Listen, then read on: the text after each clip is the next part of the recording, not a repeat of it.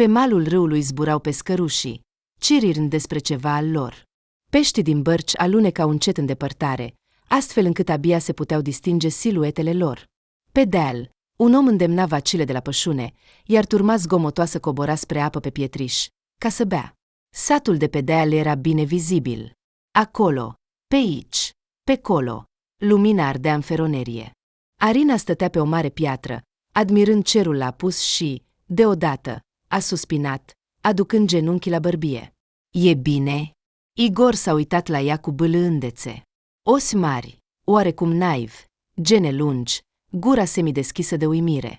A fost de acord. Da, frumos. Ei erau prieteni, locuiau vecini, se cunoșteau din copilărie. Frecvent mergeau în vizită cu familiile, se adunau la sărbători.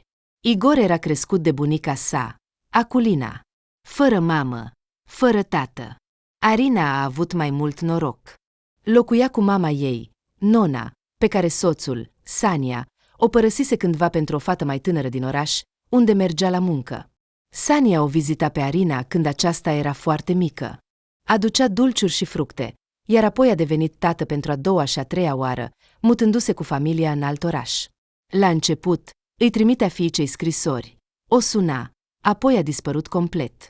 Arina s-a supărat pe tatăl ei, promițându-și ei și mamei că nu-l va ierta niciodată. Și a devenit foarte neîncrezătoare față de toți bărbații de atunci. Poate că o va înșela. Față de toți, cu excepția lui Igor, pe el l-a iubit într-un mod special încă din prima zi de cunoaștere. Ca pe un frate și cel mai bun prieten. Cei doi s-au întâlnit la 5 ani. Nona a început să lucreze, s-a angajat ca brutăreasă și adesea o lăsa pe fiica ei cu vecina Aculina. Aceasta nu mai lucra, trăia cu nepotul ei din pensia modestă. Toată vara mergeau la grădină și la animale, pentru a vinde o parte din recoltă și carne înainte de iarnă, păstrând cealaltă pentru ei. Arinei îi plăcea casa vecinei. Îi plăcea și Aculina, și nepotul ei. El nu semăna cu ceilalți băieți din vecinătate, de care Arina se temea. Nu arunca pietre în gâștele fetelor, nu le smulgea aripile fluturilor, nu se purta ca un nebun. Igor iubea să citească. Bunica lui a lucrat 30 de ani la școala locală, până când aceasta s-a închis, iar copiii au început să meargă în satul vecin. Aculina, profesoară de limba rusă, citea mult din cauza profesiei. În casa ei era un dulap special în care erau păstrate cărți.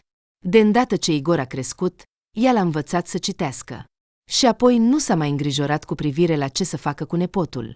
Când Arina a apărut pentru prima dată în casa lor, fetița speriată cu fundițe mari în păr, Aculina a prezentat-o lui Igor, Igor a luat fetița de mână, a dus-o la dulap și i-a propus. Poți alege, vom citi împreună. Arina s-a speriat și mai mult. Nu știu să citesc, a murmurat ea. Igor a zâmbit. Atunci îți voi citi eu. Nu știu. Ai citit? Arina a dat din cap. Nu s-au așezat pe podea. Au deschis o carte cu litere mari și imagini uriașe, care ocupau întreaga pagină. Ochii Arinei s-au luminat. Ea asculta cu fervoare noul prieten și îl grăbea pe Igor când acesta nu putea citi un cuvânt lung. Ce urmează? Hai, citește. Acum, murmura băiatul, pronunțând încet silabele. De lungă durată. Iată! Aculina lucra liniștită în grădină. Când obosea, se apropia de fereastra deschisă și striga. Igor, ieși! Ajută! Igor sărea imediat în picioare și mergea să ude straturile și să ducă miriștea de iarbă în țarc pentru iepuri. Arinei era jenă să stea pur și simplu și să-l aștepte. Ieșea, o întreba pe Aculina, care se așezase pe o bancă la umbră. Vreau și eu să ajut. Ce să fac? Aculina zâmbea. Uite, trebuie să dai apă la toți. Poți? Desigur. Eu mereu ajut mama acasă, răspundea Arina cu seriozitate, apucându-se de treabă. Vara a trecut. A venit toamna, iar după ea iarna. Arina petrecea în continuare toată ziua cu vecina și nepotul ei. Seara mergea cu mama acasă pe zăpada scârțâitoare de la ger, admirând fulgii de zăpadă de pe manșetă și lăudându-se nonei. Am învățat să citesc. Nu atât de bine ca Garic, dar Aculina spune că sunt deșteaptă. Deșteaptă, Arișa, zâmbea mama, ținând-o pe fiică de mână. Deștetă. Copiii, rămânând singuri, Discutau adesea despre părinți. Igor i-a împărtășit prietenei sale povestea lui. Tatăl a părăsit-o pe mamă imediat ce a aflat că aceasta aștepta un copil. Mama a avut o boală gravă după naștere și apoi a murit. El și bunica vizitau adesea mormântul ei. De la tată nu a rămas nici măcar o fotografie. Arina i-a povestit despre tatăl ei. Durerea copilărească i-a apropiat. Primăvara și vara au trecut neobservate în joacă și citit. La 6 ani, amândoi au mers în clasa 1. Cunoștințele o descurajau pe Nona. E atât de mică, unde să meargă? Bine, dacă ar fi fost școală la noi, dar așa trebuie să călătorească. Se va pierde? Nu se va pierde, a răspuns calm Nona, dând din cap spre Igor. Are protecție. Igor chiar mergea peste tot după Arina. O întâlnea dimineața la poartă, o însoțea la stație, apoi în clasă. Nu se amesteca cu alți băieți, preferând o carte sau compania Arinei. Colegii de clasă îl provocau, uneori îl băteau, îi rupeau manualele, hainele. Din a 3-a zi de școală, Igor mergea mereu cu vânătăi și refuza să dezvăluie agresorii. Aculânei i s-a săturat de asta. A cerut vecinului, Vasile, să-l învețe pe nepot să se bată. Vasile fusese odată militar, știa să se bată și cum să lovească și să se ferească de lovituri. Puțin antrenament în curte, și iată că Igor nu mai era deranjat de nimeni. Se temeau de el, îl numeau cu 4 ochi din cauza ochelarilor, dar nu-l atingeau. Arina a încercat, de asemenea, să se împrietenească cu colegele de clasă. Dar nu a reușit. Toate fetele aveau tați, iar Arina era ținta râsului lor. Mama mea spune că tatăl tău v-a părăsit pentru că tu nu ești fiica lui. A auzit odată Arina în vestiar după ore și a rămas șocată. Ce înseamnă asta? Cum adică nu e al lui? Nu i-a răspuns colegei de clasă. A ieșit pe ușa din față. Acolo a fost întâmpinată de Igor în autobuz. Arina a șuierat, plângând. Ce s-a întâmplat? Te-a supărat cineva? Nu. A șters lacrimile și mucusul. Arina. Nu. Acasă la Aculina nu-și găsea locul. Abia a așteptat întoarcerea mamei. Ajuns acasă, s-a repezit la Nona cu întrebări. Mamă, m-ai mințit? Nu tatăl meu a venit la noi, nu? Nu al meu. Dar a început să plângă. A așezat-o pe fiică pe genunchi, a scos din ea toată adevărul. Apoi a zâmbit amar, îndreptându-i părul răvășit pe temple. Ele sunt proaste, și fetele acestea, și mamele lor. Nu știu nimic, bârfitoare. Tatăl tău se numește Alexandru. Ai înțeles? Nu ești o neglijată. Ai înțeles? Nu-i asculta pe ele. Arina s-a liniștit în brațele mamei. A ajutat-o cu cina și curățenia de seară.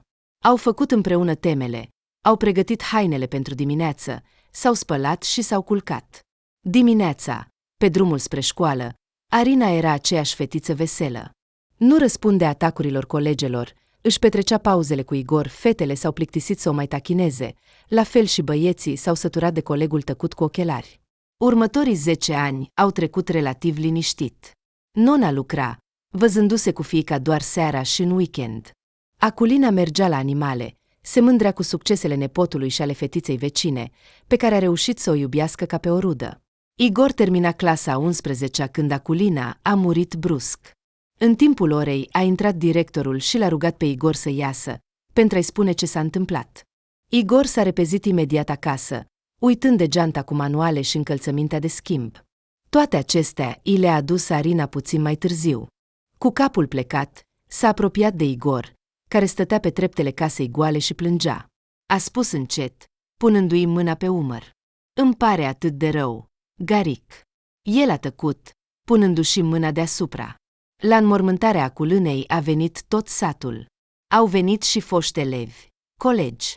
Nona și alte vecine l-au ajutat pe Igor să pună mesele, să întâmpine și să conducă oaspeții. O săptămână după înmormântare, a început să sorteze lucrurile bunicii. Unele le-a dat vecinelor, altele le-a vândut. Apoi a decis să vândă și casa. Vecinele au încercat să-l descurajeze pe băiat de la vânzare. Dar Nona, dimpotrivă, l-a susținut pe Igor bine făcut. Trebuie să te gândești la viitor. Nu e bine să te agăți de trecut. Aculina ar fi vrut să pleci. Munca de brutăreasă a obosit-o în acești ani. Voia să se dezvolte. Și plăteau puțin. Nona a găsit un loc de muncă la o fabrică din oraș. A decis să-și vândă casa și să se mute și ea. Cu atât mai mult cu cât Arina trebuie să se înscrie în curând. Din sat în oraș nu se poate călători ușor. E greu să obții un loc în cămin. La anunțul de vânzare a răspuns un cuplu din capitală. Ei cumpărau case vechi cu exemple de arhitectură din lemn, pentru a le repara și a le închiria turiștilor. Casa culânei le-a plăcut, la fel și casa nonei. La sfârșitul verii, Arina și Igor au mers pentru ultima dată la râu să se scalde. Acasă îi așteptau bagajele pregătite și biletele de tren pentru dimineață. Privea apusul. Arina își amintea de copilăria din sat, de bunica bună Aculina. Era puțin trist să plece, dar dorința de aventură deja fierbea în ea. Universitate, muncă, viață în noul oraș. Igor se gândea la același lucru. Și era fericit că Arina, prietena lui, va merge cu el. Deși, fără să-și dea seama, era îndrăgostit de ea până peste cap. Mutarea nu a fost ușoară. Banii din vânzarea caselor au fost suficienți doar pentru un apartament mic la marginea orașului, și aceea în rate. Nona era mulțumită de această variantă, deoarece era aproape de fabrică. Dar Arina și Igor trebuiau să călătorească o oră dimineața până la universitate, apoi o oră la muncă și să se întoarcă acasă. Nu voiau să trăiască pe seama nonei. Arina s-a angajat chelneriță într-un mic restaurant georgian, iar Igor a lucrat ca măcelar într-un magazin de mobilă. Când l-a angajat, directorul a râs. Băiete, poți să faci față? Igor, care părea firav, a ridicat fără efort o cutie de 40 de kilograme. Asta am decis. Arina a fost angajată în mare parte din cauza aspectului ei. Nu avea experiență de muncă, nici abilități deosebite. Cu timpul, trăsăturile orientale au început să apară pe fața ei, ceea ce le-a plăcut angajatorilor. Au înțeles că nu s-au înșelat când familii întregi au început să vină din nou și din nou, doar datorită chelneriței prietenoase. Nona lucra la fabrica de pâine ca șef de echipă. Îi plăcea să coordoneze munca. Seara, toți trei se adunau acasă la cină. Arina aducea ceva de la muncă, plăcinte, chincali, dulciuri. Nona punea ceainicul și spăla vasele, în timp ce copiii, așezându-se sub lumina lampii la masa mică din bucătărie, se pregăteau pentru lecții și învățau cu sârguință. După cină, Arina continua să învețe deja în pat, pe canapeaua desfăcută. Mama ei sfărăia lângă ea, punându-și ceasul deșteptător. Igor, desfăcând fotoliul, învăța și el ceva, uneori aruncând câte o privire către Arina. Poate că ar trebui să dormim? Dimineața terminăm tot. Hai să dormim, Arin. Nu, se ferea ea. Vreau să termin, măcar un pic. Nu mai e mult până în decembrie. Acolo va fi prea târziu. Arina studia la medicină. Igor s-a înscris la pedagogie, în ciuda tuturor sfaturilor nonei. Da, bunica lui era profesoară. Dar oare medicii nu câștigă mai mult decât profesorii? Banii nu sunt totul, zâmbea Igor misterios. Nona doar suspina în răspuns. Acest băiat era pentru ea o enigmă care a rămas. După un an, Igor a decis să locuiască separat. Nona a fost șocată. Cum? Dar banii? Banii tăi sunt investiți în apartament. Igor, ei bine, iarăși voi, a zâmbit el. Nona Iosifovna, banii nu sunt totul, ți-am spus deja. În cele din urmă, Igor a închiriat o cameră aproape de depozitul de mobilă. Mergea pe jos la muncă, se hrănea cum putea, deoarece cea mai mare parte a salariului o dădea pe chirie. A slăbit, dar nu a vrut să se întoarcă. Iar când, după câteva luni de viață independentă, a trecut pe la Nona și Arina, aceasta a rămas uimită, neputând să-l recunoască. Igor, ai crescut atât de mult. Râdea Nona, îmbrățișându-le pe oaspete. Ei bine, intră repede, vom bea ceai.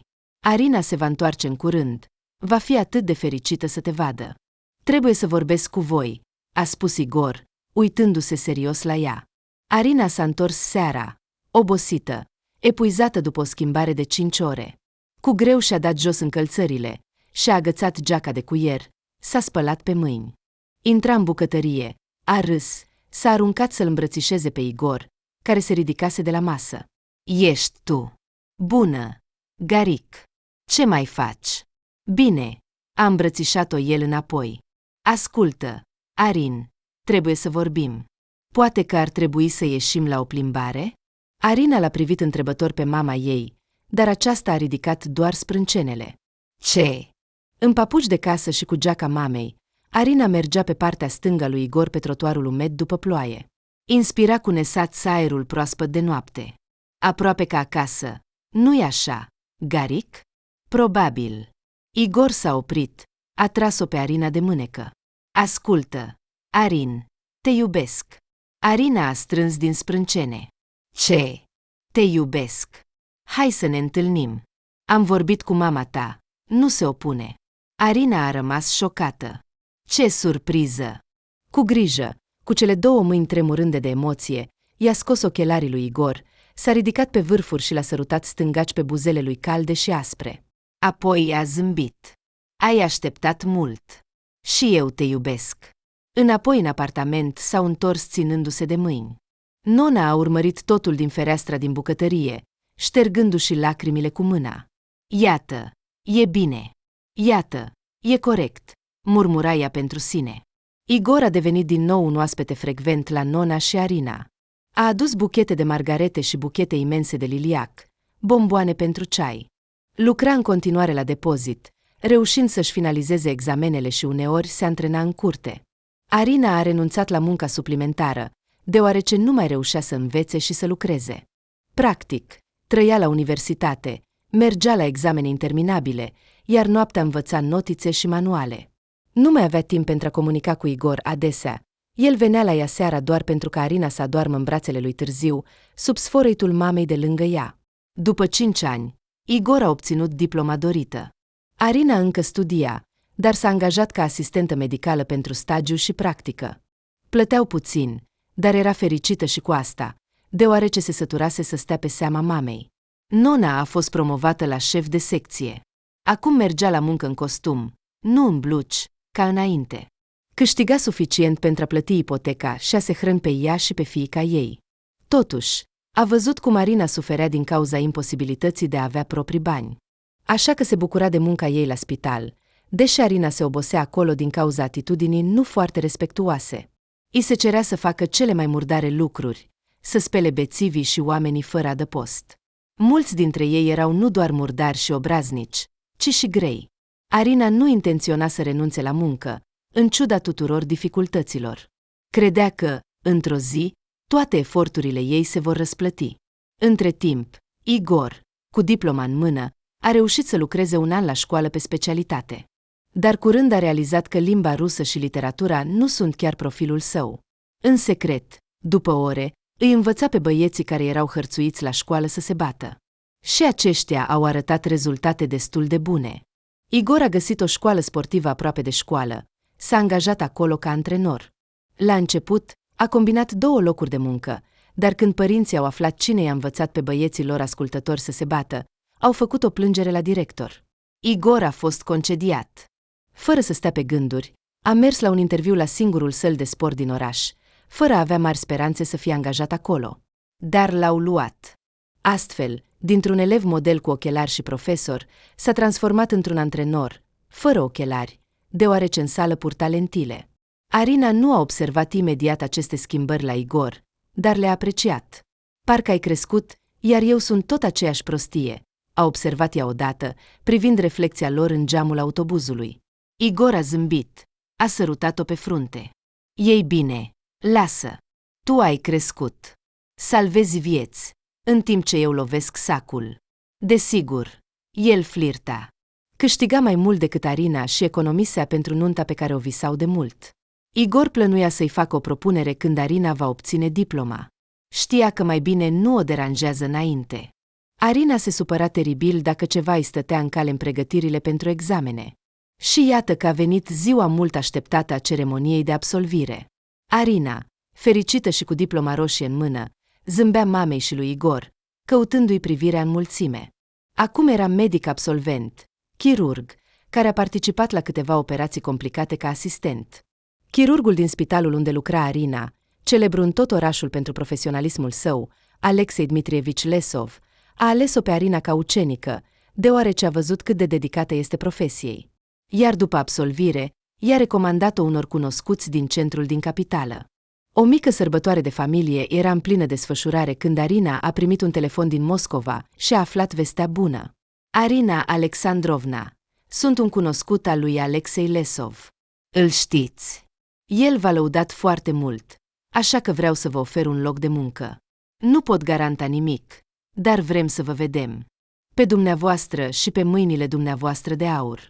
Ce spuneți? Încercăm? Arina a răspuns cu un acord neclar. A pus telefonul în geantă. Nona s-a îngrijorat. Ce s-a întâmplat? Cine e?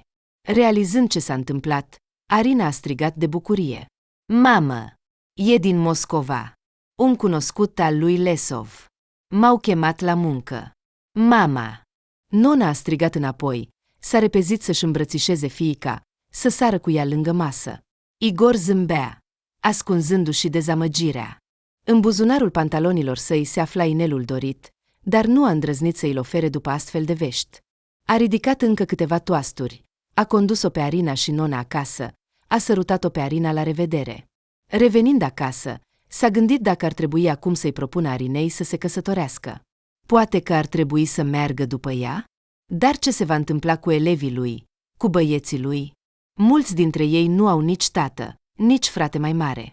El a înlocuit pentru acești băieți atât tatăl, cât și fratele. Ce se va întâmpla cu ei dacă el pleacă? Igor a adormit. S-a trezit, bătând la ușă. Era Arina.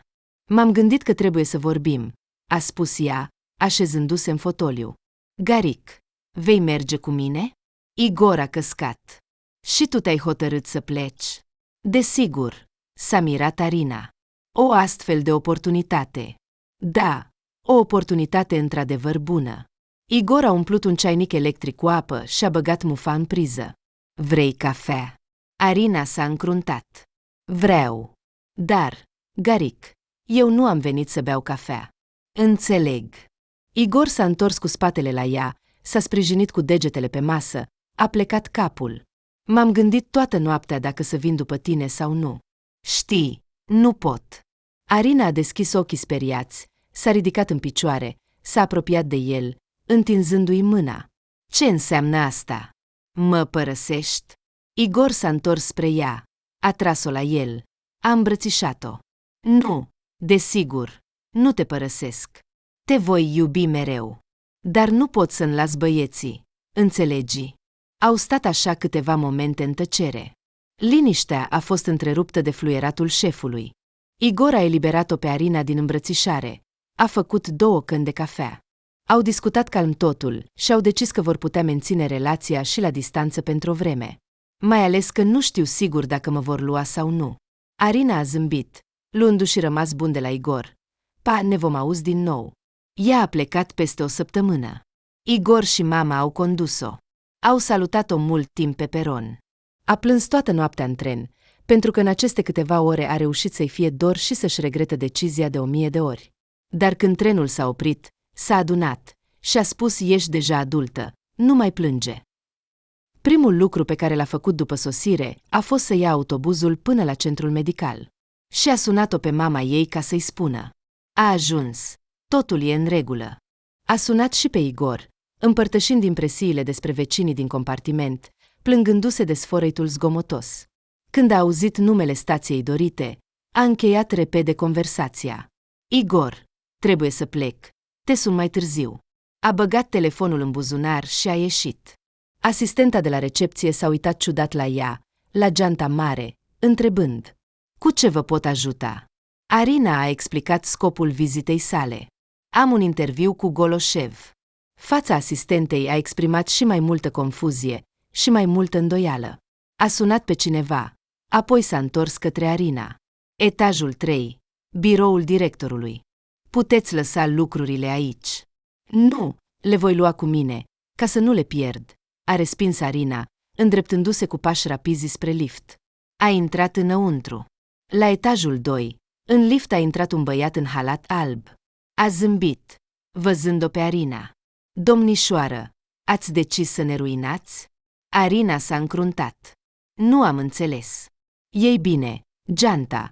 Băiatul a apăsat pe cifra 5. Purtați echipamente. Medicamente? Ce aveți acolo? Arina a râs disprețuitor. Ce prostie! La etajul 3, a alergat spre ușă. Necunoscutul a urmărit cu plăcere cum Arina se chinuie cu geanta de la Zaporoiec. A suspinat teatral. Te-aș ajuta, dar ai distrus orice dorință cu grosolănia ta. Cu greu, scoțând geanta, Arina a intrat în biroul directorului. Era foarte supărată. A bătut la ușa dorită, a auzit vocea cunoscută a lui Goloșev și s-a liniștit puțin. Da, intrați. Interviul a decurs bine. Arina a fost acceptată pe o perioadă de probă, ca asistent. I-au dat uniformă, un permis, cheile de la o cameră mică în biroul chirurgului, unde putea să se schimbe și să-și lase lucrurile. În prima zi, Arina a avut parte de un tur al centrului. A umblat cu gura căscată prin secții. Se uita la echipamentele moderne și făcea oh. La noi în oraș nu avem așa ceva. E ceva minunat. Japoneze. Nu doar japoneze, a confirmat Goloșev. Colaborăm cu diferite țări. Avem și echipamente rusești. Pentru noi, calitatea este cea mai importantă, știți. Vin oameni din toată țara. Trebuie să ne menținem reputația. După prânz, în cantină și după ce s-a familiarizat cu colegii, Arina a fost lăsată să plece acasă. Mâine înced. Familiarizează-te cu mentorul. Maxim este un tip aparte, dar este un chirurg bun. Veți colabora bine. Goloșev i-a dat o palmă pe spate. Lisov este un băiat bun. Te-a învățat bine. Ei bine. La revedere. Arina a fost mutată într-un cămin studențesc, aproape de centru. Lăsându-și lucrurile în cameră, a ieșit să se plimbe până la cel mai apropiat magazin pentru a-și cumpăra câteva produse. Se gândea să-l sune pe Igor pentru a împărtăși noutățile. Dar, la ieșirea din cămin, s-a întâlnit cu un necunoscut. Ai! A strigat el, frecându-și umărul. Fata, uită-te unde mergi. Rupe-te de ecran pentru puțin timp. Arina s-a simțit jenată și și-a băgat telefonul în buzunar. Îmi pare rău, nu te-am văzut. Acesta a continuat să se încrunte. Naiba! Pe mâneca hanoracului său apărea o pată roșie. Arina s-a speriat. Doamne, ai sânge! A început să-i scoată hanoracul de pe mână, dar necunoscutul s-a împotrivit slab, îndepărtându-i mâinile. Nu trebuie, nu trebuie. După ce a scos hanoracul, Arina a descoperit o rană deschisă pe antebraț. A tras de mâna vecinului rănit. Hai să mergem. Să urcăm la mine. Îți voi curăța rana și o voi coase. Hai, am spus eu. În următoarele 30 de minute s-a ocupat de activitatea ei preferată. A exersat cusăturile. Pacientul era dintr-un grup timid. Se amenința constant că va striga și va leșina. Privind cusătura, murmura în timp ce Arina își curăța și își spăla mâinile într-un laian cu apă. Groaznic! Ceva monstruos! Și fără cusătura ta, totul s-ar fi vindecat. Cum ai pățit așa? A întrebat Arina între timp. Da, m-am împiedicat, a spus necunoscutul. Am sărit peste gard și am căzut prost. Se mai întâmplă. Fii mai atent. Încă puțin și-ai fi atins artera, l-a avertizat Arina. Oaspetele a plecat fără să se despardă. A luat cu el un pachet de șervețele de pe masă. Arina, în sfârșit, a ieșit afară și l-a sunat pe Igor, acesta a răspuns, dar vocea lui suna somnoroasă. Ariș, salut! Ce mai faci? Te-au angajat pe perioada de probă. Am reușit să cos pe cineva. Mâine încep tura. A împărtășit ea. Dar tu? Igor a căscat. Fără incidente. Mă pregătesc să dorm. Ai mâncat? A fost pe linie, în timp ce Arina mergea la magazin, căutând brânză și ouă, întorcându-se înapoi. Când a închis ușa camerei, Igor i-a urat noapte bună și s-a deconectat. Arina s-a uitat la ceas și abia atunci a realizat că pentru Igor era deja târziu și că și ea ar trebui să doarmă. A adormit cu un zâmbet pe față, înfășurată în pătură. Ce fericită era! Are mamă, un loc de muncă prestigios, este iubită, se îngrijesc de ea. Dimineața, imediat ce a sunat ceasul deșteptător, Arina s-a ridicat, s-a pregătit repede și a ajuns devreme în centru. S-a schimbat și a început să-l aștepte pe chirurgul cu care urma să lucreze timp de 2 luni. Exact la 7 dimineața, Ușa s-a deschis. În birou a intrat tipul din lift, cu care Arina se întâlnise ieri. Fără a-și ascunde dezamăgirea, a oftat. Știam că ești noul stagiar. Da, dar eu nu am noroc în viață. E timpul să mă obișnuiesc. La ce te referi? A întrebat Arina cu o față posomorâtă. Sunt un asistent bun. Poate pentru gaura ta. Aici, cei ca tine nu rămân mult. Chirurgul s-a așezat la masă și a aprins lampa. Știi câți asistenți am avut în ultimul an? 3, câți dintre ei au rămas în centru? Corect. Niciunul. Și de ce? Pentru că nu știu nimic. Pun 3 cusături și se consideră profesioniști. Niște tineri proști. Arina și-a ridicat sprâncenele. Tineri? Am aproape 30 de ani, la fel ca tine. Chirurgul s-a întors spre ea în scaun și-a încrucișat degetele pe piept. Cum te cheamă, puștoaico? Nu sunt puștoaică. Arina. Arina. Voi încerca să mă amintesc, deși nu are rost. Oricum nu vei rămâne mult aici. Maxim Fedorovici. Și pe dumneavoastră. Vă rog. Au făcut turul, timp în care Arina s-a familiarizat cu pacienții ei. Majoritatea dintre ei s-au raportat la ea cu aceeași neîncredere și dispreț ca și Maxim. Așa de tânără, a suspinat o femeie. Maxim Fedorovici, ea nu mă va opera. Nu am încredere în ea. În lift, Arina s-a revoltat. Suntem de aceeași vârstă. De ce toți mă consideră o proastă? Nu știu, a ridicat din umeri Maxim. Poate te văd printr-o lentilă? După tur, a avut loc o ședință operativă. Arina a aflat că în 3 zile vine o mare inspecție și trebuie să se străduiască foarte mult pentru a nu crea probleme echipei. După ședință, Maxim i-a spus Arinei să se pregătească pentru operație. Au operat acea femeie care categoric nu dorea să se lase operată de Arina. Maxim a făcut totul singur. I-a încredințat doar cusătura. S-a străduit să o facă cu atenție, mulțumită de munca ei, a ieșit din sala de operație.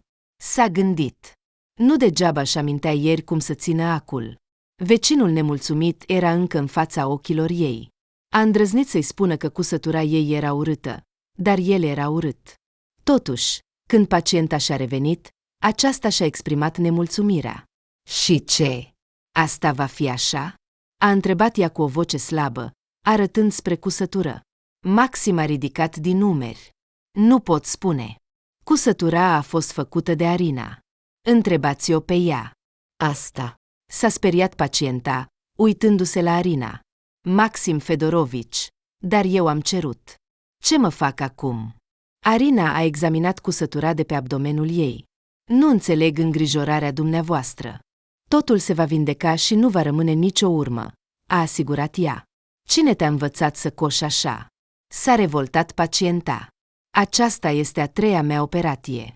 Înainte, toate cusăturile erau atât de fine, invizibile, iar asta ce este? Dar este sigur, a încercat Arina să zâmbească slab.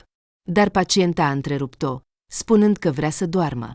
În lift, Arina l-a întrebat din nou pe Maxim ce nu este în regulă cu cusătura mea. El nu a răspuns. A ieșit în tăcere la etajul 3. A intrat în birou, s-a așezat la masă. Arina a intrat după el, s-a așezat pe canapea.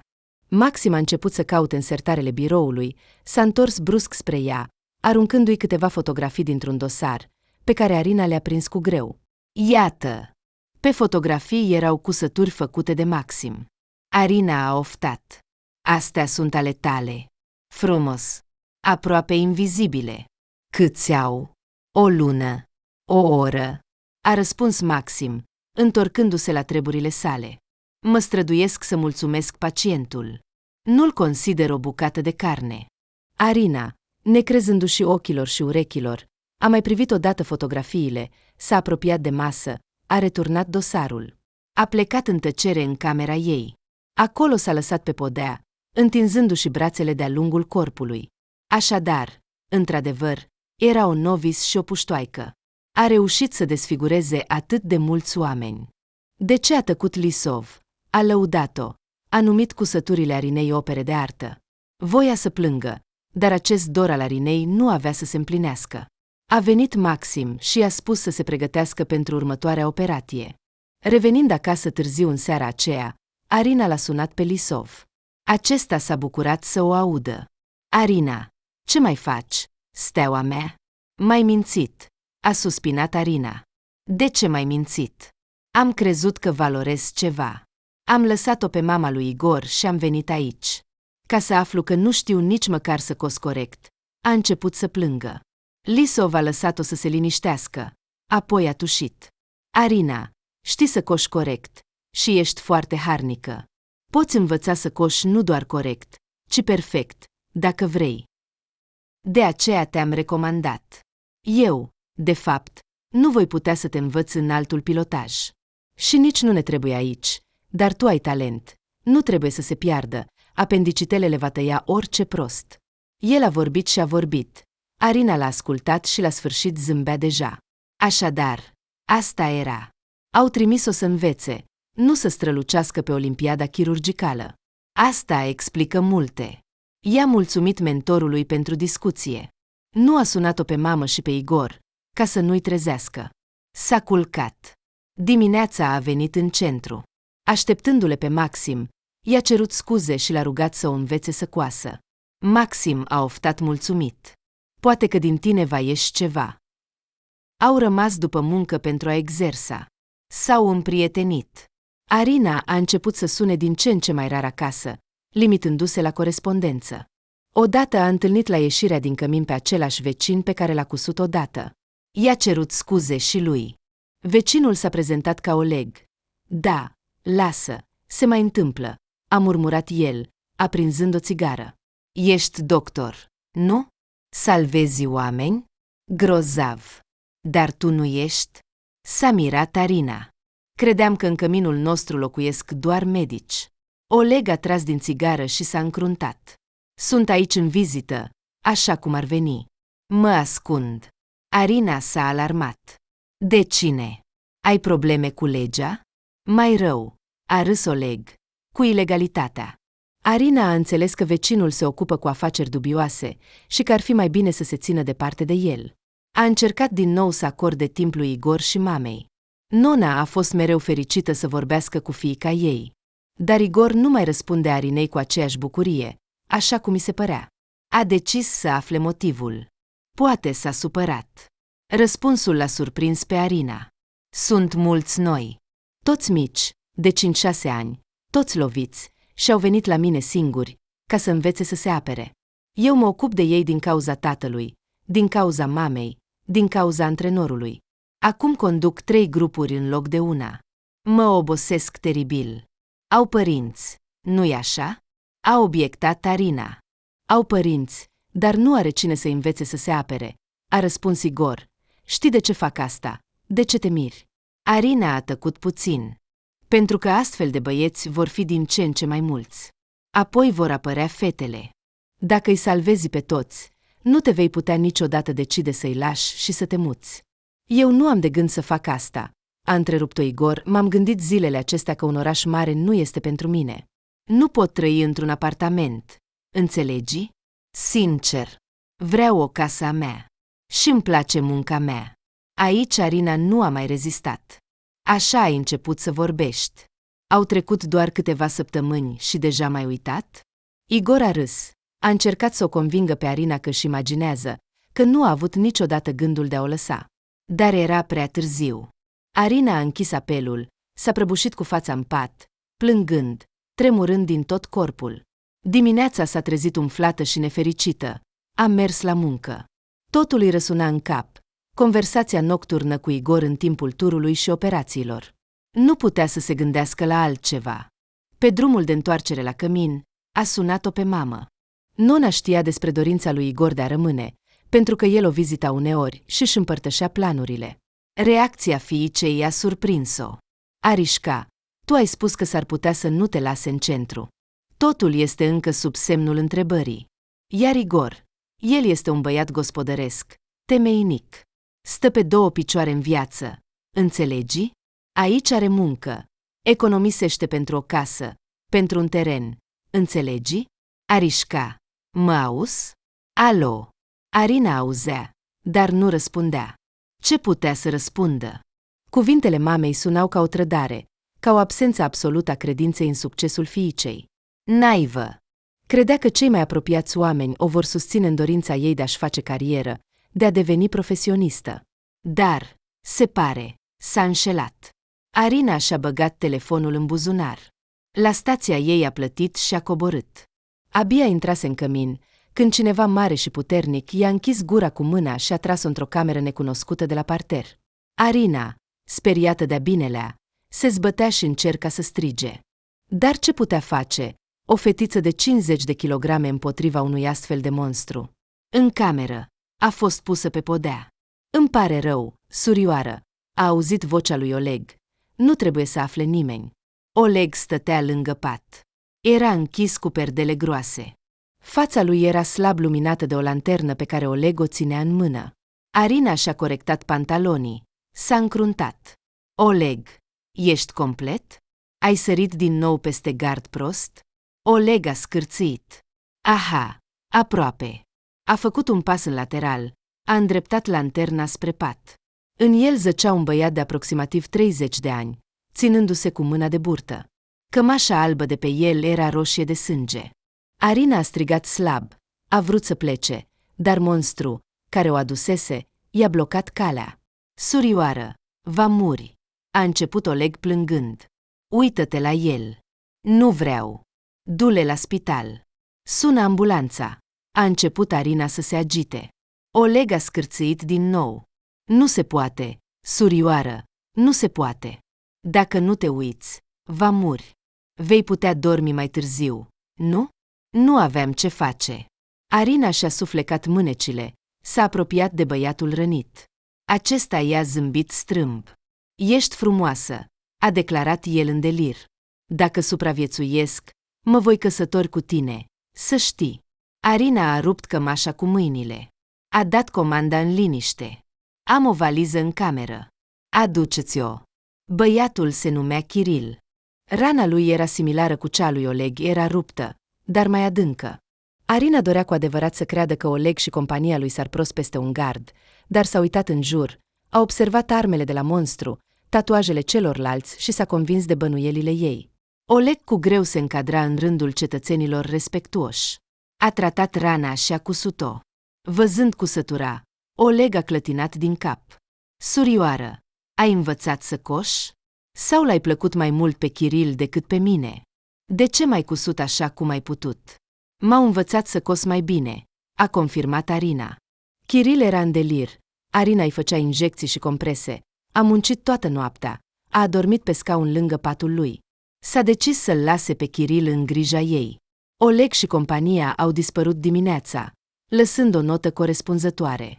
Arina s-a supărat, dar nu putea schimba nimic. A trebuit să-l mute pe Kiril în camera ei. Apoi a băut o ceașcă de cafea pentru a se trezi după o noapte nedormită și a plecat în centru. Limba îi dorea să împărtășească tot ce a trăit cu Maxim și ceilalți, să ceară sfaturi, să scape de Kiril și de responsabilitatea pentru viața lui. Dar Arina era prea speriată. S-a întors în cămin, a fiert mămăligă, l-a hrănit pe Kiril și a mâncat și ea. El se simțea deja mai bine. Kiril o privea pe Arina cu ochi îndrăgostiți, urmărea fiecare pas al ei. A întrebat-o când Arina s-a așezat pe scaun obosită. Te vei întinde? Mă voi muta. Și ce? A răspuns Arina. Ai unde să mergi. Poți pleca. Kiril s-a ridicat încet cu o față de suferință. A ieșit din cameră. Arina a închis ușa după el, s-a întins pe canapea și a adormit. A doua zi, întorcându-se de la muncă, a decis totuși să împărtășească tot ce a trăit cu mama ei și, de asemenea, să ceară scuze pentru tonul ei aspru în timpul ultimei conversații. Deja scosese telefonul pentru a-i forma numărul, când a auzit din spate: te duc, surioară. Kiril stătea la volanul unei mașini tonificate. Se adresa Arinei prin geamul coborât. A refuzat, a accelerat pasul, dar Kiril nu se gândea să renunțe. Te tem, înțeleg. Dar mă tem și eu de mine, cuvântul meu. Mai precis, mă tem de cine am devenit. Dar m-am lăsat de tot. Oleg știe. Dacă vrei, pot să-ți spun unde m-am aflat. Bunul simț îi spunea Arinei că ar trebui să fugă.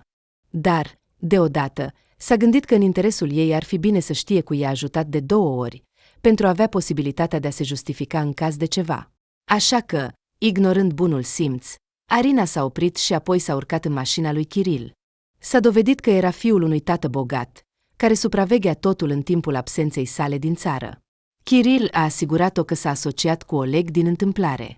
S-a prezentat ca șef de depozit. I-a propus o afacere, iar apoi gruparea locală i-a prins pe acest depozit. A trebuit să fugă, dar nu toți au reușit. Kiril a fost rănit de un ciop de sticlă, care erau multe pe depozitul de alcool. Oleg, se pare, a primit o rană similară. Deci, el face parte din grupare, a clarificat Arina. Grozav. Nu te teme, au plecat din oraș, a liniștit-o Kiril. Și nu te voi mai deranja, dacă mă tem de tine. Arina s-a gândit. Un copil prost și mare, cu părinți bogați, care a intrat în necaz, nu părea periculos. Și Oleg nu o va mai deranja. Mașina s-a oprit lângă cămin. Arina s-a despărțit și a ieșit. Kiril i-a strigat după ea. Voi veni mâine. Nu te deranjează? Mă deranjează, a răspuns Arina. Totuși, cuvintele ei nu au fost auzite. Kiril a venit din nou și din nou. Într-o conversație cu mama, care a avut loc într-o seară, Arina a menționat insistentul ei admirator și a întrebat. Ce să fac ca să scap de el? Spune-i că ai pe Igor, că nu te interesează, a ridicat din numeri nona, preparând ceai din plic. E ciudat că nu ai făcut asta până acum și nu l-ai sunat pe Igor. Ce se întâmplă între voi, Ariș? Arina a încercat să-l sune pe Igor, dar acesta nu răspundea. S-a apropiat de fereastră. Mașina lui Kiril s-a întors încet lângă cămin și a plecat. În viața Arinei se întâmpla ceva neclar. O nouă șoc a fost mesajul de la Igor, el îi cerea Arinei să nu mai sune. Explica că îi dorește fericire, nu vrea să devină o povară care să o facă să se întoarcă, să renunțe la cariera visată, dar nici el nu vrea să renunțe la visul său din cauza ei. Arina recitea mesajele din nou și din nou. Din ochii ei curgeau lacrimi mari și sărate, una după alta. Au trecut 2 săptămâni, dar nona nu a renunțat la încercările de a împăca copiii, dar s-a împăcat cu gândul că nu va fi nicio nuntă între Igor și Arina. Kiril continua să vină la centru la o oră stabilită, pentru a o convinge pe Arina să se urce în mașină și să ajungă împreună la cămin. Îi aducea buchete luxoase, care rămâneau pe scaunul din față sau împodobeau coșul de gunoi de lângă cămin. Maxim a observat odată admiratorul Arinei când au ieșit împreună din centru. A fluierat. Ești cu el? Nu câștigă rău iubitorii de a da cu pumnul, nu? Nu e el, s-a rușinat Arina. Ne-am despărțit. Dar deja un altul te urmărește, a fluierat din nou Maxim. Ce treabă? Curând toată lumea știa despre Kiril. Asistentele șușoteau despre frumosul din mașina străină care o aștepta pe Arina de la muncă, le oferea cafea tuturor și, în general, făcea o impresie bună. Totuși, lui Găvălău nu-i plăcea Kiril. A aruncat disprețuitor când a observat mașina lui. Păcălici! Pe Arina nu o impresiona curtenia lui Kiril, deși uneori se gândea cu tristețe că între ea și Igor nu a fost nimic care să semene măcar vag. El aducea, desigur, flori la început, dar apoi toate curtenile au dispărut cumva. Romantismul s-a transformat în cotidian. Kiril nu s-a descurajat. Spunea că este fericit doar să o vadă pe Arina. Și să primească o palmă de la ea este o bucurie dublă, la fel ca și să audă câteva insulte la adresa lui. În cele din urmă, Arina nu a mai rezistat. Ce trebuie să fac ca să nu mă mai urmărești? A strigat ea într-o zi în isterie, oprindu-se în mijlocul trotuarului. Ce? Sunt atât de obosită. Doamne, cât de obosită sunt. Și tu cu clounadele tale. Ești un clown. Deodată a început să plângă și s-a lăsat încet pe genunchi, murdărindu-și pantalonii și mâinile. Kiril s-a oprit brusc, a ieșit din mașină, a alergat spre ea și a îmbrățișat-o. Ce ai? Arina s-a prins de spatele lui, plângând și mai tare. Era într-adevăr obosită să facă pe cineva care este bine, că despărțirea de Igor nu a afectat-o niciun fel, nu a rănit-o, că este dor de mama ei, că se supără pe ea din cauza lipsei de sprijin adecvat, că este obosită fizic de muncă, luând ture suplimentare, că situația cu Oleg și banda lui nu a speriat-o. Kiril a tăcut, apoi a ajutat-o pe Arina să se ridice, a condus-o la mașină. S-a oprit la cel mai apropiat magazin, A adus șervețele și o sticlă de apă. A dus-o să se plimbe prin orașul nocturn. Arina a respirat aerul de noapte prin fereastra deschisă, așa cum făcea cândva, plimbându-se cu Igor, numai că acum mâna ei era strâns prinsă de Kiril. Așa a început romanul lor. Kiril a prezentat-o pe Arina tatălui său. S-au plăcut reciproc. I-a arătat apartamentul în care locuia.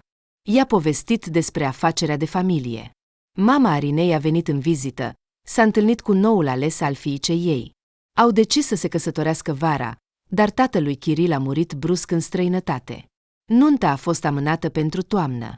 În ziua ceremoniei a izbucnit o furtună. Oaspeții tineri și mirii s-au ascuns sub resturile unui cort. Nona a strigat speriată la fiica ei. Nu e de bine. Arina a râs doar în răspuns. L-a sărutat pe Kiril. Era fericită. A fost angajată ca chirurg de personal. Avea pacienții ei. Colegii și șefii o respectau. Avea un soț ideal, iar mama a venit în vizită pentru o săptămână întreagă. Ce altceva îi mai trebuia pentru fericire?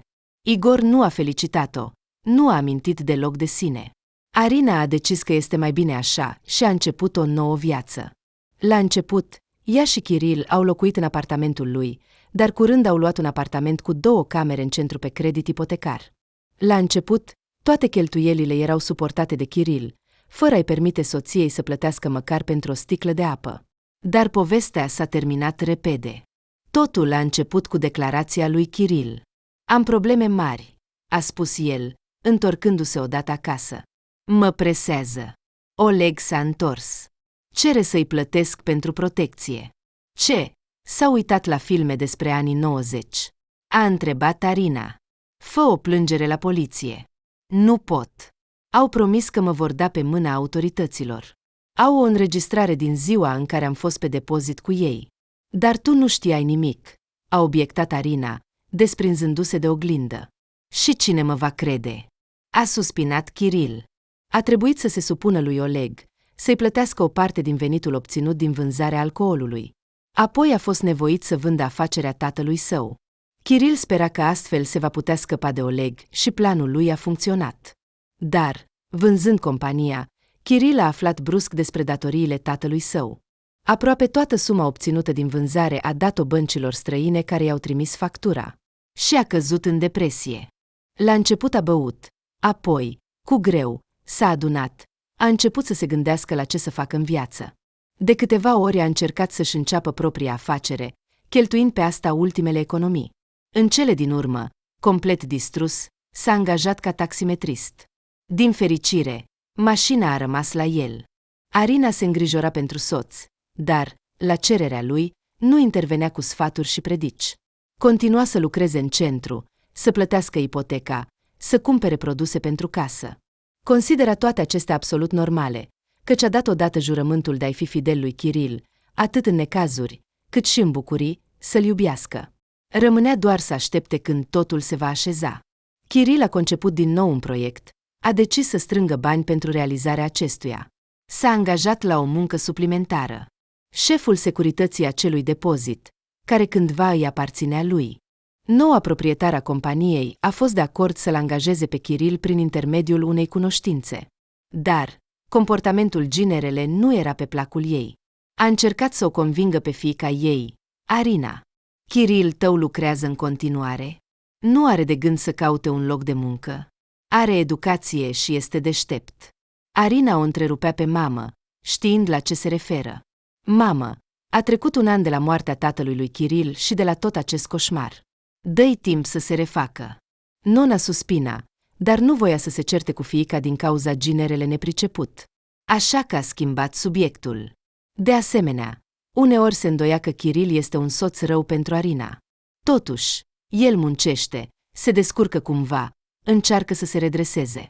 Nu este vina lui că tatăl său își ascundea cheltuielile. Se întâmplă tot felul de lucruri. În curând vor veni nepoții, totul se va așeza, Doamne ajută, gândea ea despre fiica ei în biserică, în timpul slujbei de duminică, și se încina la icoana Maicii Domnului, cerând protecție și ajutor pentru Arina și Kiril. Cu toate acestea, cu cât trecea mai mult timp, cu atât mai mult nona își dădea seama că s-a înșelat în privința ginerele. După 7 ani, Kiril își punea în continuare toți banii deoparte, iar apoi îi cheltuia atunci când un nou proiect de afaceri se încheia cu eșec.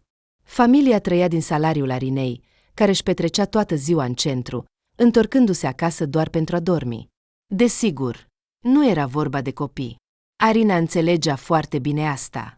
Dacă voi merge în concediu de maternitate, ne vor da afară, glumea ea, fără să înțeleagă de ce mama ei se temea atât de mult de astfel de profeții. Kiril, se părea, era mulțumit. Era plin de optimism, în ciuda tuturor eșecurilor sale. A băut o săptămână și cu un nou entuziasm a început să elaboreze un nou plan. Astfel, în decurs de 7 ani, au fost deschise și închise mai multe magazine și buticuri sub conducerea sa. Câteva puncte de alimentație, un chioșc cu artificii ars din cauza unei manipulări neglijente cu petardele. Pentru acesta din urmă, Kiril a plătit o amendă considerabilă. Și totuși, nu se descuraja. Planifica deschiderea unui magazin de mezeluri și o întâmpina pe soție de la muncă cu un sărut pe obraz și o cină oarecare. Dar, dintr-o dată, a încetat să facă și asta. Arina adormea și se trezea singură. Trecuseră 2-3 zile fără să-și vadă soțul. Observa constant pete ciudate pe cămașa lui. Găsea pe hainele lui Kiril fire de păr roșii și deschise. La toate acuzațiile de infidelitate, el râdea. Arișa, deschidem magazinul, facem reparații în încăpere. Vrei să vii după muncă și să te convingi personal? Nu, nu prea, recunoștea Arina. După muncă, nu vreau să merg nicăieri. Ce sunt petele astea? E vopsea obișnuită. Și părul. De la pensulă. Arișa, încet să semeni cu mama ta, ești la fel de suspicioasă. Vezi minciuna acolo unde nu este. Sărutând-o pe soție pe frunte, pleca, luându-și sacoul. Arina se pregătea singură pentru muncă. Se consola gândindu-se că, cu siguranță, Kiril nu ar interesa acum nicio femeie. Colegii din centru nu-l mai considerau un ideal. Râdeau în tăcere când se menționa numele lui Kiril. I s-a pus eticheta de eșuat, stând pe umerii soției.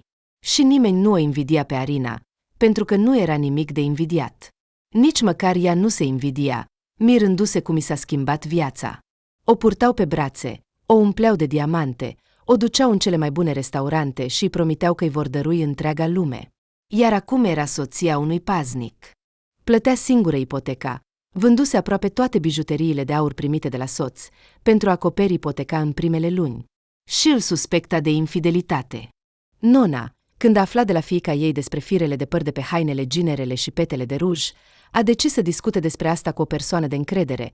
Cu Igor, el își deschisese propria școală, continua să antreneze copii. A fost bucuros să se întâlnească cu Nona. Când a aflat că Arina a avut probleme, s-a îngrijorat. Nu știu dacă este corect să acuzăm pe cineva așa. A încheiat Nona povestea despre ginere. Ce părere ai?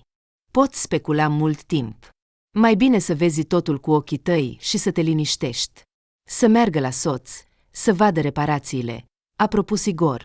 Arina nu e o idiotă, Nona Iosifovna. Ar fi înțeles în 7 ani cu cine trăiește. Nu te îngrijora, norocul nu vine imediat. Eu am dat faliment de 3 ori. Asta era adevărat. Igor a luat împrumuturi de 3 ori, a închiriat un spațiu, a făcut reparații, a adunat un grup, iar apoi a oprit cursurile într-o zi, plătind mult timp băncii. Prima dată, clădirea a fost sigilată de inspectoratul de incendiu, deși în sala lui Igor totul era în ordine. A doua oară, cineva a spart geamurile, a trebuit să anuleze cursurile, să returneze banii elevilor și părinților acestora, să facă reparații neplanificate pe cheltuiala lui. A treia oară, Igor și-a rupt mâna și pur și simplu nu putea să conducă cursurile. Abia la a 4-a încercare sala a început să funcționeze. O singură idee îl îngrozea pe Igor, că totul se va prăbuși din nou. Nona a suspinat. Și eu cred la fel. Kiril pur și simplu nu are noroc. E un băiat deștept, muncitor. Dar Arișa se învârte prea mult în gânduri, din cauza oboselii. Mulțumesc, Igor, că m-ai ascultat. Igor a plătit cheltuielile cu ospătarul care se apropia, și-a pus șapca, s-a ridicat de la masă și a cerut lui Nona. Transmite-i salutări Arinei. Mă bucur că ne-am întâlnit. Arina a decis să asculte sfatul lui Igor după ce a vorbit seara cu mama ei. S-a îmbrăcat și a plecat la adresa unde urma să se deschidă magazinul soțului ei. Cu toate acestea, în încăperea de la primul etaj al complexului comercial nu era nimeni. Peste tot erau împrăștiate găleți și pensule. Pe podea era o folie. Nu a mințit. Într-adevăr se făceau reparații, s-a gândit Arina, îndreptându-se spre parcare, unde o aștepta mașina. A verifica pensulele pentru fire de păr deschise și roșii i s-a părut o idee umilitoare, așa că s-a urcat în mașină și voia deja să plece acasă să doarmă. Dar a dorit atât de mult să-și vadă soțul, să-i ceară iertare pentru toate acuzațiile, să-l sărută. Arina a întors cheia în contact, a introdus adresa depozitului în navigator. Când s-a oprit la porți, a ieșit din mașină și a sunat la soț. Kiril nu răspundea. Arina a sunat din nou, apoi s-a apropiat de porți și a bătut. Porțile erau înalte, închise din interior cu un lanț și un lacăt. Arina le-a tras. A strigat. Hei, cineva! Nu a primit răspuns. Dar, dintr-o dată, ceva a zburat în față, la feronerie. Arina s-a uitat mai atent. Se părea că în interior, în depozit, se aprindea lumina. S-a bucurat. Au auzit-o. Dar bucuria s-a transformat rapid în groază, când geamurile au crăpat cu un zgomot ascuțit și din ele au ieșit flăcări. Depozitul ardea, iar Kiril trebuia să fie acolo acum. Astăzi era tura lui. Arina a început să sune la pompieri. A chemat ambulanța și poliția. Spunea tuturor același lucru. Arde depozitul, soțul meu este înăuntru, veniți repede, nu pot intra. A sunat din nou și din nou lui Kiril, mergea de-a lungul gardului și porților închise, își smulgea părul din cap, striga și plângea. Pompierii au sosit primii. Au dărâmat porțile cu mașina și au început să stingă incendiul. Apoi au sosit și ceilalți. Când flăcările au fost stinse spre dimineață, iar Arina, șocată și tremurând de frig, a fost convinsă cu greu să se liniștească, să înceteze să mai strige și să încerce să intre. Poliția a început să verifice clădirea pentru a găsi cadavre. Au găsit rămășițe carbonizate. În buzunar, un telefon ars, pe mână, un inel. Neînțelegând nimic, Arina a recunoscut lucrurile soțului ei, privind oasele, și a confirmat cu o voce care nu era a ei. Da, acesta este soțul meu, Kiril. Acestea sunt lucrurile lui. Nona a venit cu primul tren. Nu a putut să-și convingă fiica să mănânce și să doarmă. Arina stătea zile întregi în pat, privind într-un punct și nereacționând la îndemnurile mamei și lacrimile ei. La înmormântarea lui Kiril nu a venit nimeni. Stând la cimitir lângă mama ei, Arina a plâns pentru prima dată de la recunoaștere. O vizitau Maxim, asistentele din centru. Îi aduceau condoleanțe, îi cereau să fie puternică. Arina nu răspundea. Ce putea să răspundă? Soțul ei a murit într-o moarte groaznică, încercând să câștige bani, iar ultimul lucru pe care l-a auzit a fost acuzațiile de infidelitate. Arina se simțea rănită și rușinată. După 2 săptămâni, a început să semene din nou cu ea însăși. Mânca și dormea, ieșea afară însoțită de mama ei. După 3 săptămâni, s-a recuperat complet și s-a întors la muncă. Colegii o priveau cu compasiune, primind un avertisment de la Maxim Fedorovici, niciun fel de condoleanțe și lacrimi. Arina a recunoscut cu reluctanță că viața ei nu s-a schimbat prea mult după moartea soțului. Încă plătea singură pentru apartament, a făcut ultima plată pentru ipotecă, cumpăra singură alimente pentru casă, plătea singură tratamentele, toate cheltuielile pentru înmormântare. Totul era ca înainte, cu o singură excepție. Kiril nu mai era. Arina l-a văzut cu ochii ei în timpul recunoașterii. A văzut inelul și telefonul, înregistrările de pe camere, în care Kiril își începea tura, a auzit mărturia șefului său. Și totuși, nu putea să creadă în moartea soțului. Noaptea plângea în apartamentul gol, iar dimineața mergea la muncă. Și probabil că nu s-ar fi recuperat niciodată de la durere, dacă într-o dimineață nu ar fi fost trezită de o bătaie insistentă la ușă. Arina s-a mirat, apropiindu-se de vizor. Cine ar putea fi la o oră atât de matinală? Poate că am uitat să închid apa ieri și am inundat vecinii? Inima i-a sărit la această idee. Dar când Arina a văzut oameni în jachete de piele pe casa scării, i-a fost frică. S-a îndepărtat pe vârfuri de ușă, s-a întins după telefon pentru a suna la poliție. A auzit o voce de bărbat. Hei, șoarece! Știm că ești acasă. Deschide pe căi amiabile, altfel dărâmăm ușa. Au început să bată în ușă, confirmând insistența oaspeților. Arina a sunat la poliție, a ascuns telefonul și a deschis ușa. Străinii, care semănau suspect cu cei care l-au însoțit cândva pe Oleg și Kiril, au intrat în apartament, au închis ușa în urma lor și au început să se plimbe prin camere. Unul dintre ei, aparent liderul, mânca un măr. După ce a mușcat din el, a dat din cap. Locuința, desigur, nu este mare lucru. Abia de se ridică la 5 milioane. Ceilalți au râs. Arina a strâns curaj și a întrebat, strângându-și halatul lung. Cine sunteți? Noi, s-a mirat liderul. E ciudat că nu știi cine suntem. Locuiești în apartamentul cumpărat cu banii noștri și pui astfel de întrebări. Fiori au trecut pe spatele Arinei, dar ea a ripostat. Nu, este o greșeală. Apartamentul l-am luat cu soțul în ipotecă. Eu plăteam pentru el. Pot să aduc un extras de cont de la bancă. Liderul s-a apropiat de ea și a mirosit. Nu glumi cu mine. Nu e cazul. Soțul tău a ajuns la capătul glumelor. Vrei să-l urmezi? Picioarele Arinei au devenit neputincioase. A căzut. Liderul a prins-o. Liniștește-te. Liniștește-te. A dus-o pe un scaun, a cerut oamenilor să-i aducă Arinei un pahar cu apă. Aceștia i-au îndeplinit cererea și au început să răscolească fără milă prin lucrurile Arinei, împrăștiind bijuterii și bani în buzunare. Ascultă-mă cu atenție, s-a plecat spre ea, liderul, palidă și tremurândă. Îți vei returna toți banii pe care soțul tău ni-a împrumutat, promițând că îi va returna. Apoi a murit și nu și-a îndeplinit promisiunea. Ai înțeles? Arina a dat din cap. Oaspeții, terminând de devastat apartamentul, au plecat. Curând a sosit poliția. Arina le-a spus totul. Polițiștii i-au luat declarația și au plecat.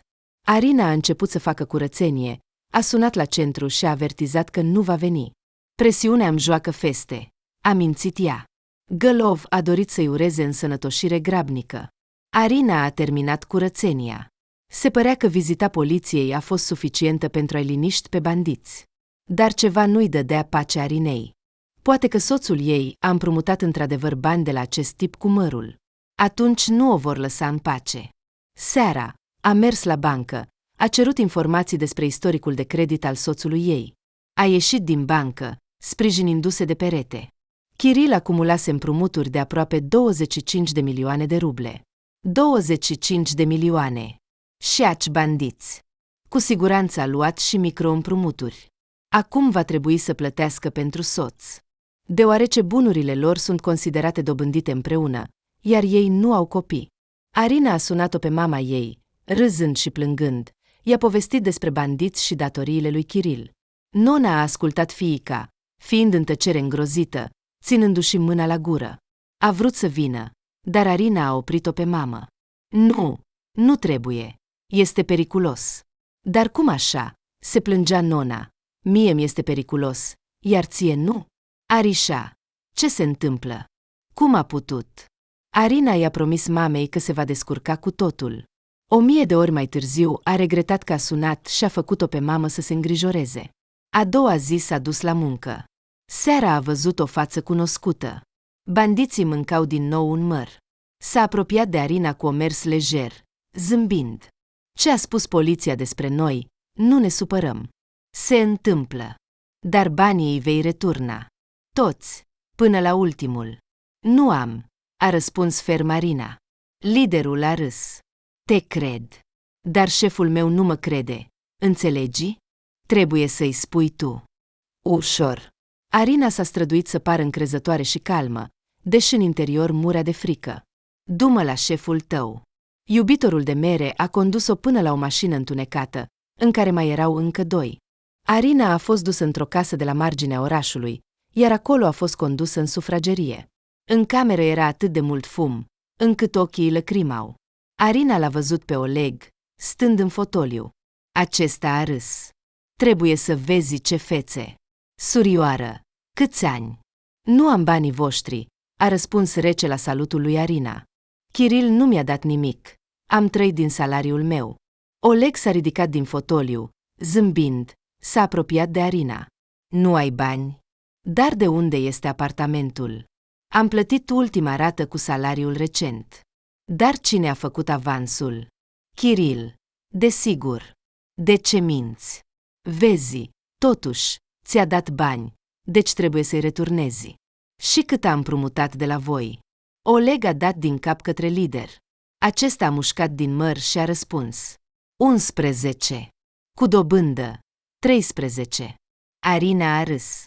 Apartamentul meu nu valorează atât. Cercei și inelele tale sunt evaluate la 350.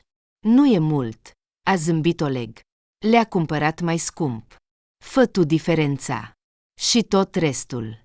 Mașina. Hainele tale. Surioară, nu ești de pe altă planetă. Știi mai bine decât noi unde au ajuns toate cele 11. La butic și la chioșcul cu artificii s-a încruntat Arina. Îți spun, în ultimii câțiva ani am trăit din banii mei.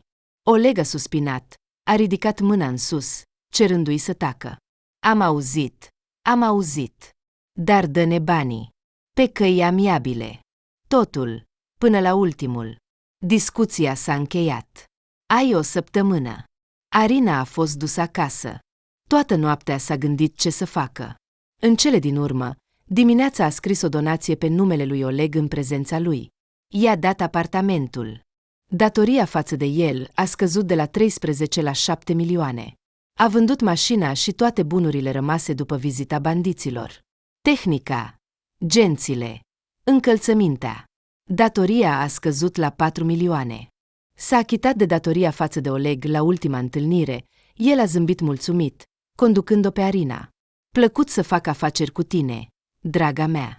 Dacă ai nevoie de ajutor, nu ezita să mă contactezi. Știu unde mă găsești. Niciodată, s-a gândit Arina, dar a spus doar la revedere. Gălov era îngrijorat de absențele frecvente ale Arinei. Credea că încă nu s-a recuperat după moartea soțului, îi oferea să se odihnească. Iar când a auzit de la Arina adevărul, s-a îngrozit. De ce le-ai plătit? Arina, nu este treaba ta.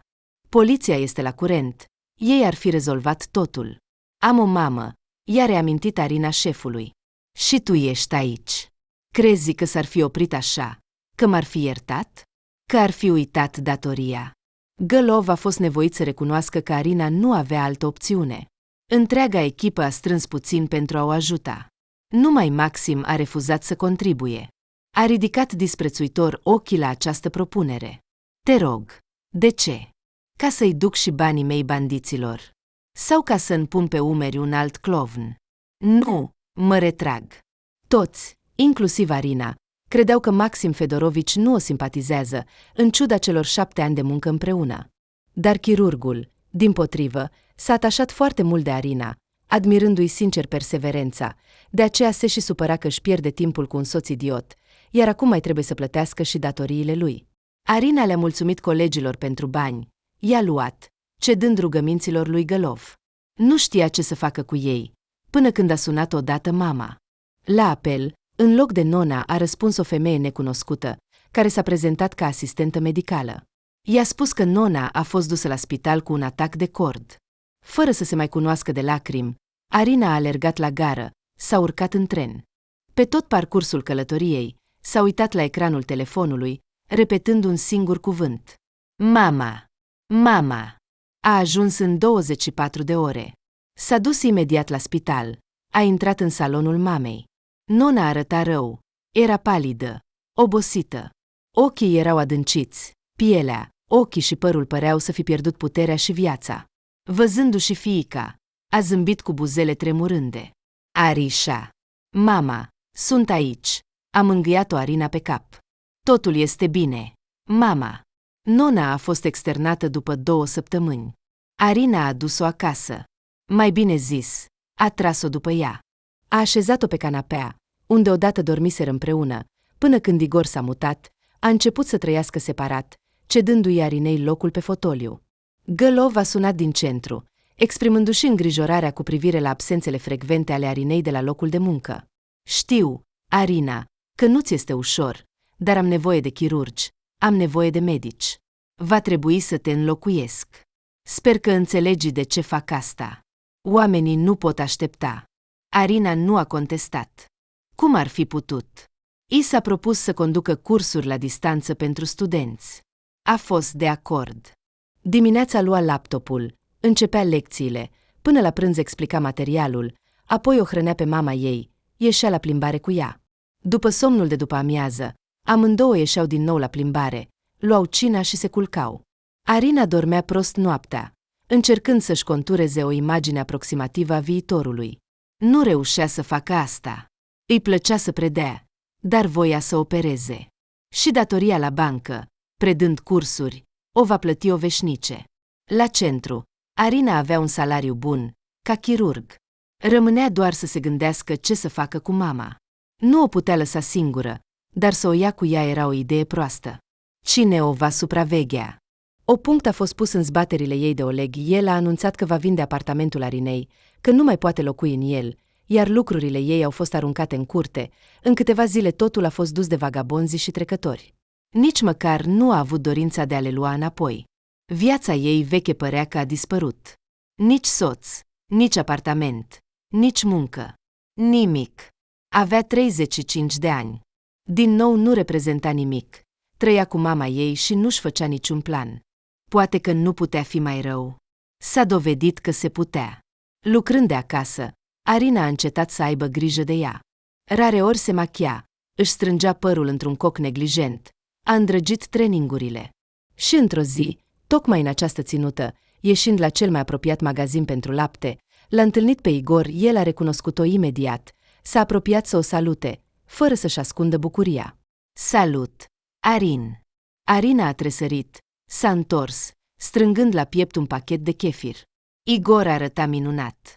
Tuns scurt, în tricou călcat și pantaloni cu pliuri. Cine acum este din provincie? Igor glumise adesea înainte de plecarea Arinei. Acum îți va fi rușine să te întâlnești cu mine. Eu sunt din provincie. Nu-mi vopsesc părul și unghiile, îmi spăl capul cu gel de duș. Acum se încadra perfect în această descriere a unei provinciale. Am auzit că mama ta a fost externată. Am vrut să o vizitez, dar nu am reușit. Pot să intru? Am un minut. Arina a ridicat din umeri. Dacă vrei. Pe drum au tăcut. Igor se uita din când în când la Arina, dar nu îndrăznea să vorbească. Ea, concentrată, se uita înainte, arzând de rușine, încercând să ascundă petele de pe hanorac cu un pachet.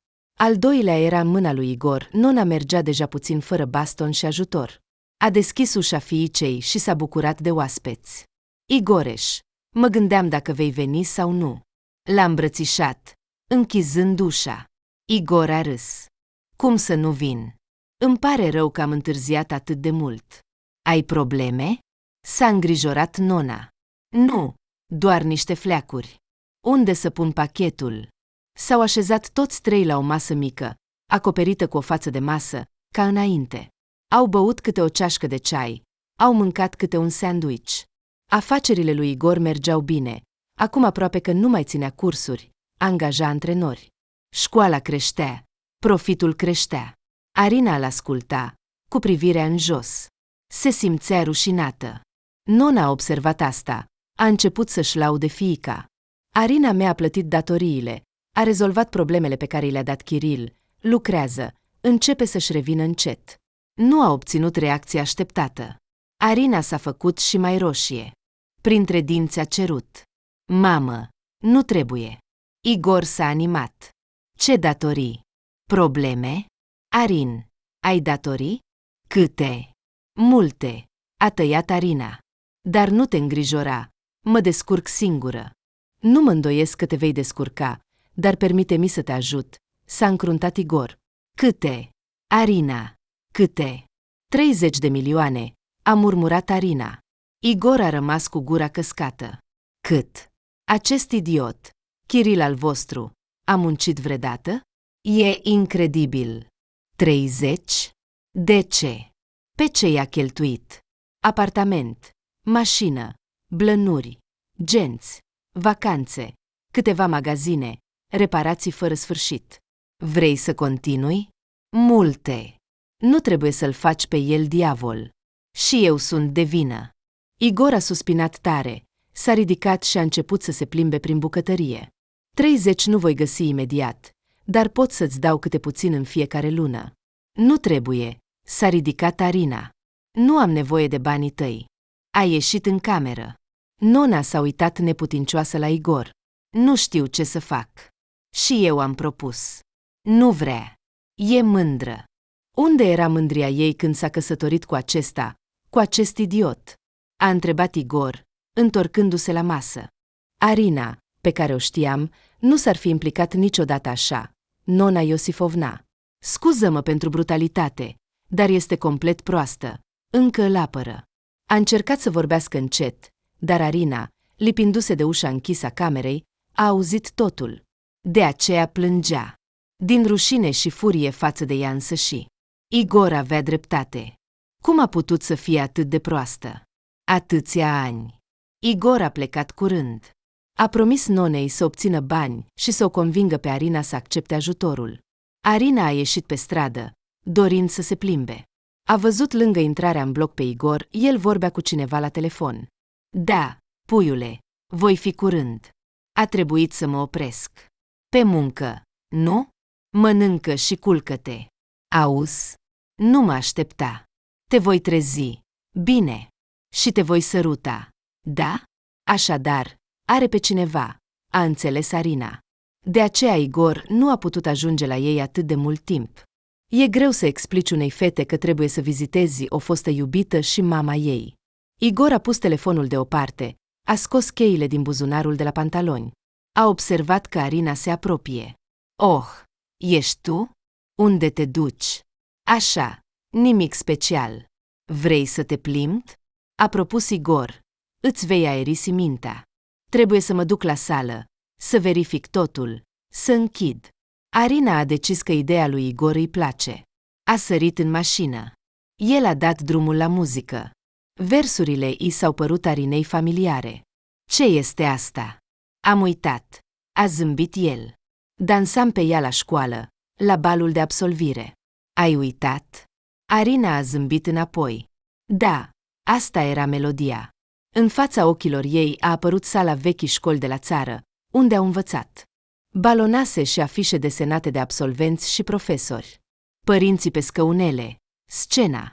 Toți plâng, toți sunt fericiți. Ea purta o rochie galbenă frumoasă, refăcută din cea a mamei. În păr avea o coroană din flori de câmp, pe care Igor i-a împletit-o cu câteva minute înainte. Se învârteau într-un vals stângaci, fețele lor concentrate, pentru că era atât de înfricoșător să ratezi mișcarea, să uiți în ce direcție să faci un pas. Până la balul de absolvire, Arina nu dansase niciodată în viața ei. Se simțea ca o nebună sau o vacă sau toate la un loc. Dar când se uita la Igor, în ochii lui uita brusc de tot. Pur și simplu dansa, bucurându-se de muzică și de acel moment care nu se va mai repeta. E minunat să dansezi cu cel mai bun prieten. Sau el era deja atunci mai mult decât un prieten pentru ea. Arina s-a întors în mașină. S-a uitat la Igor lângă ea. Probabil că îl iubea deja atunci, în clasa a 11-a. Da, și înainte de asta îl iubea. Toți acești ani, de la 5 ani, de când l-a văzut prima dată pe acel băiat serios și amuzant cu ochelari. Cât de mult a trecut de atunci? Pare că a trecut o veșnice. Igor a observat privirea ei. A zâmbit. Ce? De ce te uiți așa? Ți-ai amintit? Da, a recunoscut Arina. Spune-mi, când ai realizat că mă iubești?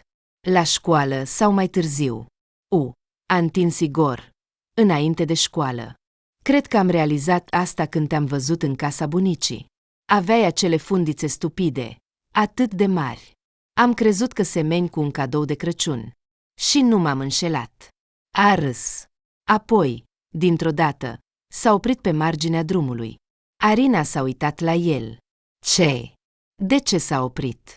Igor a activat semnalizarea de urgență. S-a întors spre Arina. Te iubesc și acum, a spus el încet. Și când te-ai căsătorit cu acel idiot Kiril, te-am iubit. Și când ea a strigat că nu a vrut să se mute. Te-am iubit mereu și te iubesc și acum. Igor s-a plecat, s-a întins spre Arina cu intenția evidentă de a o săruta. Arina i-a dat o palmă sonoră și a strigat. Ești complet nebun? Ce crezi că faci? Sărută-ți copilul. Ai decis să mă faci amanta ta? Nu se va întâmpla. Igor a privit-o uimit câteva secunde, ținându-și mâna pe obrazul înflăcărat. Apoi a izbucnit în râs. Copil, ai auzit? Apoi a pornit mașina, a oprit semnalizarea de urgență și a plecat spre sală. Arina s-a trezit, a desfăcut centura și a strigat. Oprește! Igor a redus viteza.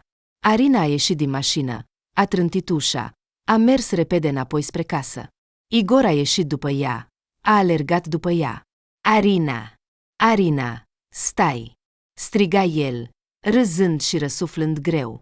Oprește-te! Măcar o dată în viață nu fugi de mine. Ascultă! Arina a scrâșnit din dinți. Eu fugi? Eu? Cine dintre noi a fugit? A strigat ea, întorcându-se. Tu m-ai părăsit. Tu! Igor a ridicat mâinile în sus, s-a oprit la un pas de ea. Nu te-am părăsit. Cum se numește asta? Mesajul tău. Nici măcar nu poți recunoaște că ești un laș. Poate că m-aș fi întors la tine. Exact, a oftat Igor. Te-ai fi întors. Ai renunțat la vis. Cum aș putea să cer așa ceva? Arina s-a oprit. Așa că de aceea ai decis să ne despărțim? Ca să rămân în clinică. Igor a ridicat din umeri. Arina a plâns, ca un copil mic, plângând. Nebunule! Dar ai devenit un medic bun, nu? Înseamnă că am făcut totul corect. A ridicat din umeri. M-am simțit atât de rău, fără să-l audă, plângea Arina, atât de singură, atât de dureros, înfricoșător, supărător. Da, m-am căsătorit cu primul care mi-a ieșit în cale, doar ca să nu fiu singură, tot din cauza ta.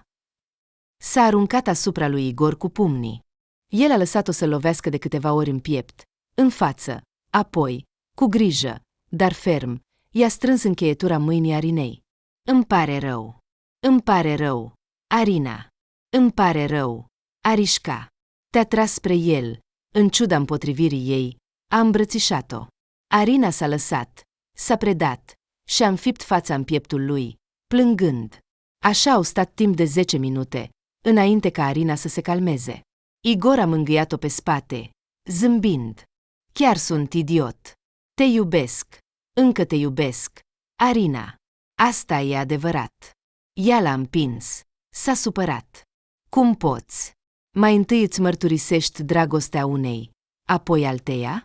Am avut o părere mai bună despre tine. Nu am nicio altă, a răspuns Igor, dând din ochi. Da, a precizat Arina sarcastic. Pe cine ai numit recent copil? Pisica. Câinele. Am vorbit cu fiul meu. Am un fiu, a răspuns Igor și a tăcut. Arina a râs isteric. Fiul. Minunat. Asta schimbă totul. Nu doar că are o altă fată, dar are și un fiu cu ea. Și în loc să sară de bucurie, acest idiot îi mărturisește dragostea ei, Arinei, care și-a pierdut soțul și a fost pe punctul de a-și pierde mama, chiar pe marginea drumului. Ești o persoană groaznică. A scos ea cu greu. Du-te acasă. Am un fiu. Nu mai fiu. Nu am soție, a adăugat Igor. Îl iubesc pe Anton, așa-l cheamă. Are 2 ani. Și te iubesc pe tine. Nu înțeleg ce e amuzant. Arina a încetat să râdă. Dar ce este cu mama lui? Ne-am despărțit. Nu am apucat să ne căsătorim. A rămas însărcinată când deja ne despărțiserăm. Am vrut să mă căsătoresc. Din cauza copilului. Ea tot amâna. Nu era de acord. Apoi a dispărut. A plecat. M-a lăsat pe Antoha și a plecat pur și simplu. Avea 1 an și jumătate. Așa trăim. Arina s-a simțit rușinată. A cerut scuze în liniște. Igor a făcut un gest spre mașină. Hai, altfel pot apărea probleme cu patrula. Nu e voie să ne oprim aici. Să te urc. Te duc acasă. E suficient pentru azi. Ajungând în mașina caldă, Arina a sugerat timid să meargă totuși la sală. Poate, cine știe, poate e deschis. Igor a ridicat ironic sprâncenele. Nu mai disprețuiești compania mea? Nu vrei să scad de mine cât mai repede? Nu știam, a răspuns Arina încet. Și am cerut scuze. Am trecut peste. Dar nu-i voi sugera Iosifovnei să te îmbăieze cu ceai de mușețel noaptea. din cauza nervilor. Au ajuns la clădirea complexului de divertisment, s-au salutat cu paznicul, au intrat pe parcare. Au urcat la etajul 2 pe scările întunecoase, au verificat sala, au stins lumina lăsată de femeia de serviciu, au închis ușile. S-au întors la mașină, s-au despărțit de paznic, trecând pe lângă el, și au plecat acasă. Igor a vrut să o ducă pe Arina, dar ea a refuzat. Nu, hai la tine. Îi voi scrie mamei. Vreau să-l văd pe fiul tău. Igor a strâns volanul cu emoție. Au ajuns după 10 minute la o căsuță mică cu o alee de pietriș și arbuști și copaci tăiați uniform de-a lungul gardului. Igor a intrat în curte, a oprit motorul. Au ieșit din mașină, au urcat pe trepte pe terasă, unde erau împrăștiate jucării pentru copii. Igor a deschis ușa. I-a întâmpinat o bonă, o femeie de vreo 30 de ani, plinuță și plăcută. Nadia, îmi pare rău că am întârziat, i-a spus Igor. Poți pleca. Vrei să te duc sau să chem un taxi? Nadia a făcut un gest cu mâna, îmbrăcându-se. Nimic. Mă ia soțul. Anton doarme la el. A mâncat bine. La revedere. Noapte bună. Noapte bună, a răspuns Igor în șoaptă, închizând ușa după bona. Apoi s-a întors spre Arina, care se simțea rușinată. Hai pe vârfuri, încercând să nu scârție treptele și podeaua, a urcat la etajul 2. Igor a deschis ușa, a lăsat-o pe Arina să-l vadă pe băiatul care dormea în pătuț. A rămas uimit. Ce mic! Ce asemănător cu tine! Serios? A strălucit Igor cu mândrie. Da, la fel de amuzant și serios, chiar și în somn. Arina a închis ușa. Igor a propus. Hai să bem o cană de ceai. Eu aș bea ceva mai tare, a chicotit Arina. După toate acestea, așezându-se confortabil în sufragerie, vorbind în șoaptă și râzând, au băut porto, au mâncat stafide dintr-un bol, au amintit trecutul și nu se puteau sătura de vorbit. Aproape de zori, Arina a simțit o oboseală plăcută și o stare de bine. S-a întins și a adormit, lăsându-și capul pe umărul lui Igor, în timp ce el povestea cum a dus fiul la grădina zoologică. Igor a tăcut, a îmbrățișat-o cu grijă pe Arina, pentru a o face să se așeze mai confortabil, și el a adormit. Dintr-un motiv oarecare, a visat la sat, la casa bunicii, la grădina de legume, la țarcul pentru iepuri. A visat și la Arina, fericită și tânără. Amândoi s-au trezit dintr-o dată de un strigăt. Tati! Tati! Igor s-a ridicat, lăsând-o pe Arina pe canapea, a urcat la etaj, a intrat în camera fiului și l-a luat în brațe pe cel care plângea. Ei, tata e aici. Tata e aproape. Te-ai trezit complet. Da? Te-ai trezit. Ai dormit tot. Arina s-a ridicat după el, s-a așezat în ușă, sprijinindu-se cu spatele de tocul ușii. Igor i l-a arătat pe Anton. A, cine este aici? Uită-te! Mama! A declarat Anton cu încredere și s-a întins cu mâinile spre Arina. Ea a rămas uimită. Igor a râs. Vrea la tine. Nu pot face nimic. Dacă nu-l iei în brațe, va face un concert de 1 oră. Mai bine ia-le. Știi să faci asta. Arina a luat-o cu mâinile tremurând de frică pe Anton. De unde? Nu am ținut niciodată copii mici în brațe. Da. Igor deja cobora pe scări. Ei, dar ți bine. Merge bine. Acum aduc formula și îl iau. Arina a mers prin camera copilului cu băiatul în brațe. A observat că renovarea era în plină desfășurare. Pereții erau vopsiți pe jumătate, de la tavan atârna o lampă singuratică și tristă pe un fir negru, iar pătuțul era singura mobilă din cameră. Și mobilă în general. Hainele, împăturite cu grijă, erau pe 2 scaune. Jucăriile erau împrăștiate pe podea, în principal pe un covor mare. Camion. Anton s-a întins cu mâna spre camionul de pe podea. Arina l-a așezat, l-a lăsat să se joace, ea s-a așezat lângă el, observând cu interes băiatul. Așa că, cum e să ai un copil? Să te temi să nu-i faci rău cu mișcări neglijente, să fii mereu în tensiune. Se aseamănă cumva cu senzația din timpul unei operații complicate. Diferența este că nu ai ce admira în timpul operației. Dar la un copil poți să te uiți ore în șir și să te bucuri. Igor s-a întors cu o sticlă, i-a dat-o fiului său, a coborât cu el în baie, pentru a-l spăla pe Anton și pe el în același timp. Arina i-a așteptat în bucătărie, făcând terci pentru micul dejun. A venit în timpul micului dejun Nadia. Igor s-a schimbat repede din halat în haine proaspete, i-a propus Arinei să se schimbe și să facă un duș, dar ea a refuzat. Mă voi spăla și mă voi schimba acasă. Atunci ieșim, te duc acasă. Mă voi descurca singură, a refuzat Arina, chemând un taxi. Igor a așteptat să plece. Abia apoi s-a urcat și a plecat la muncă. Nona a întâmpinat-o pe fiica ei cu ochii strălucind de curiozitate. A început să o interogheze. Cu cine ai fost? Unde ai fost? Cât timp? Unde anume? De ce ai scris doar dimineața? În loc să răspundă la această avalanșă de acuzații, Arina a întrebat. Mamă, știai că Igor are un fiu? Nona a rămas cu gura căscată de uimire. Ce? Fiul? În ultima vreme, s-a îngrijorat foarte mult de soarta fiicei sale, problemele ei cu soțul, sănătatea ei șubredă. Așa că a încetat complet să se intereseze de bârfe și știri. Și degeaba. Dacă s-ar fi interesat, ar fi știut că Igor s-a întâlnit cu Veronica în sală, unde a venit cu dorința de a învăța să se bată. Igor a avertizat-o imediat. Studiam arte marțiale pentru a fi în formă. Nu ne batem. Veronica a fost surprinsă. Așa. Credeam că învățați băieții să se bată și să riposteze. Nu, a râs Igor. Învățăm să nu ne fie frică, să fim puternici. La școala lui Igor au predat karate, box, sambo de luptă.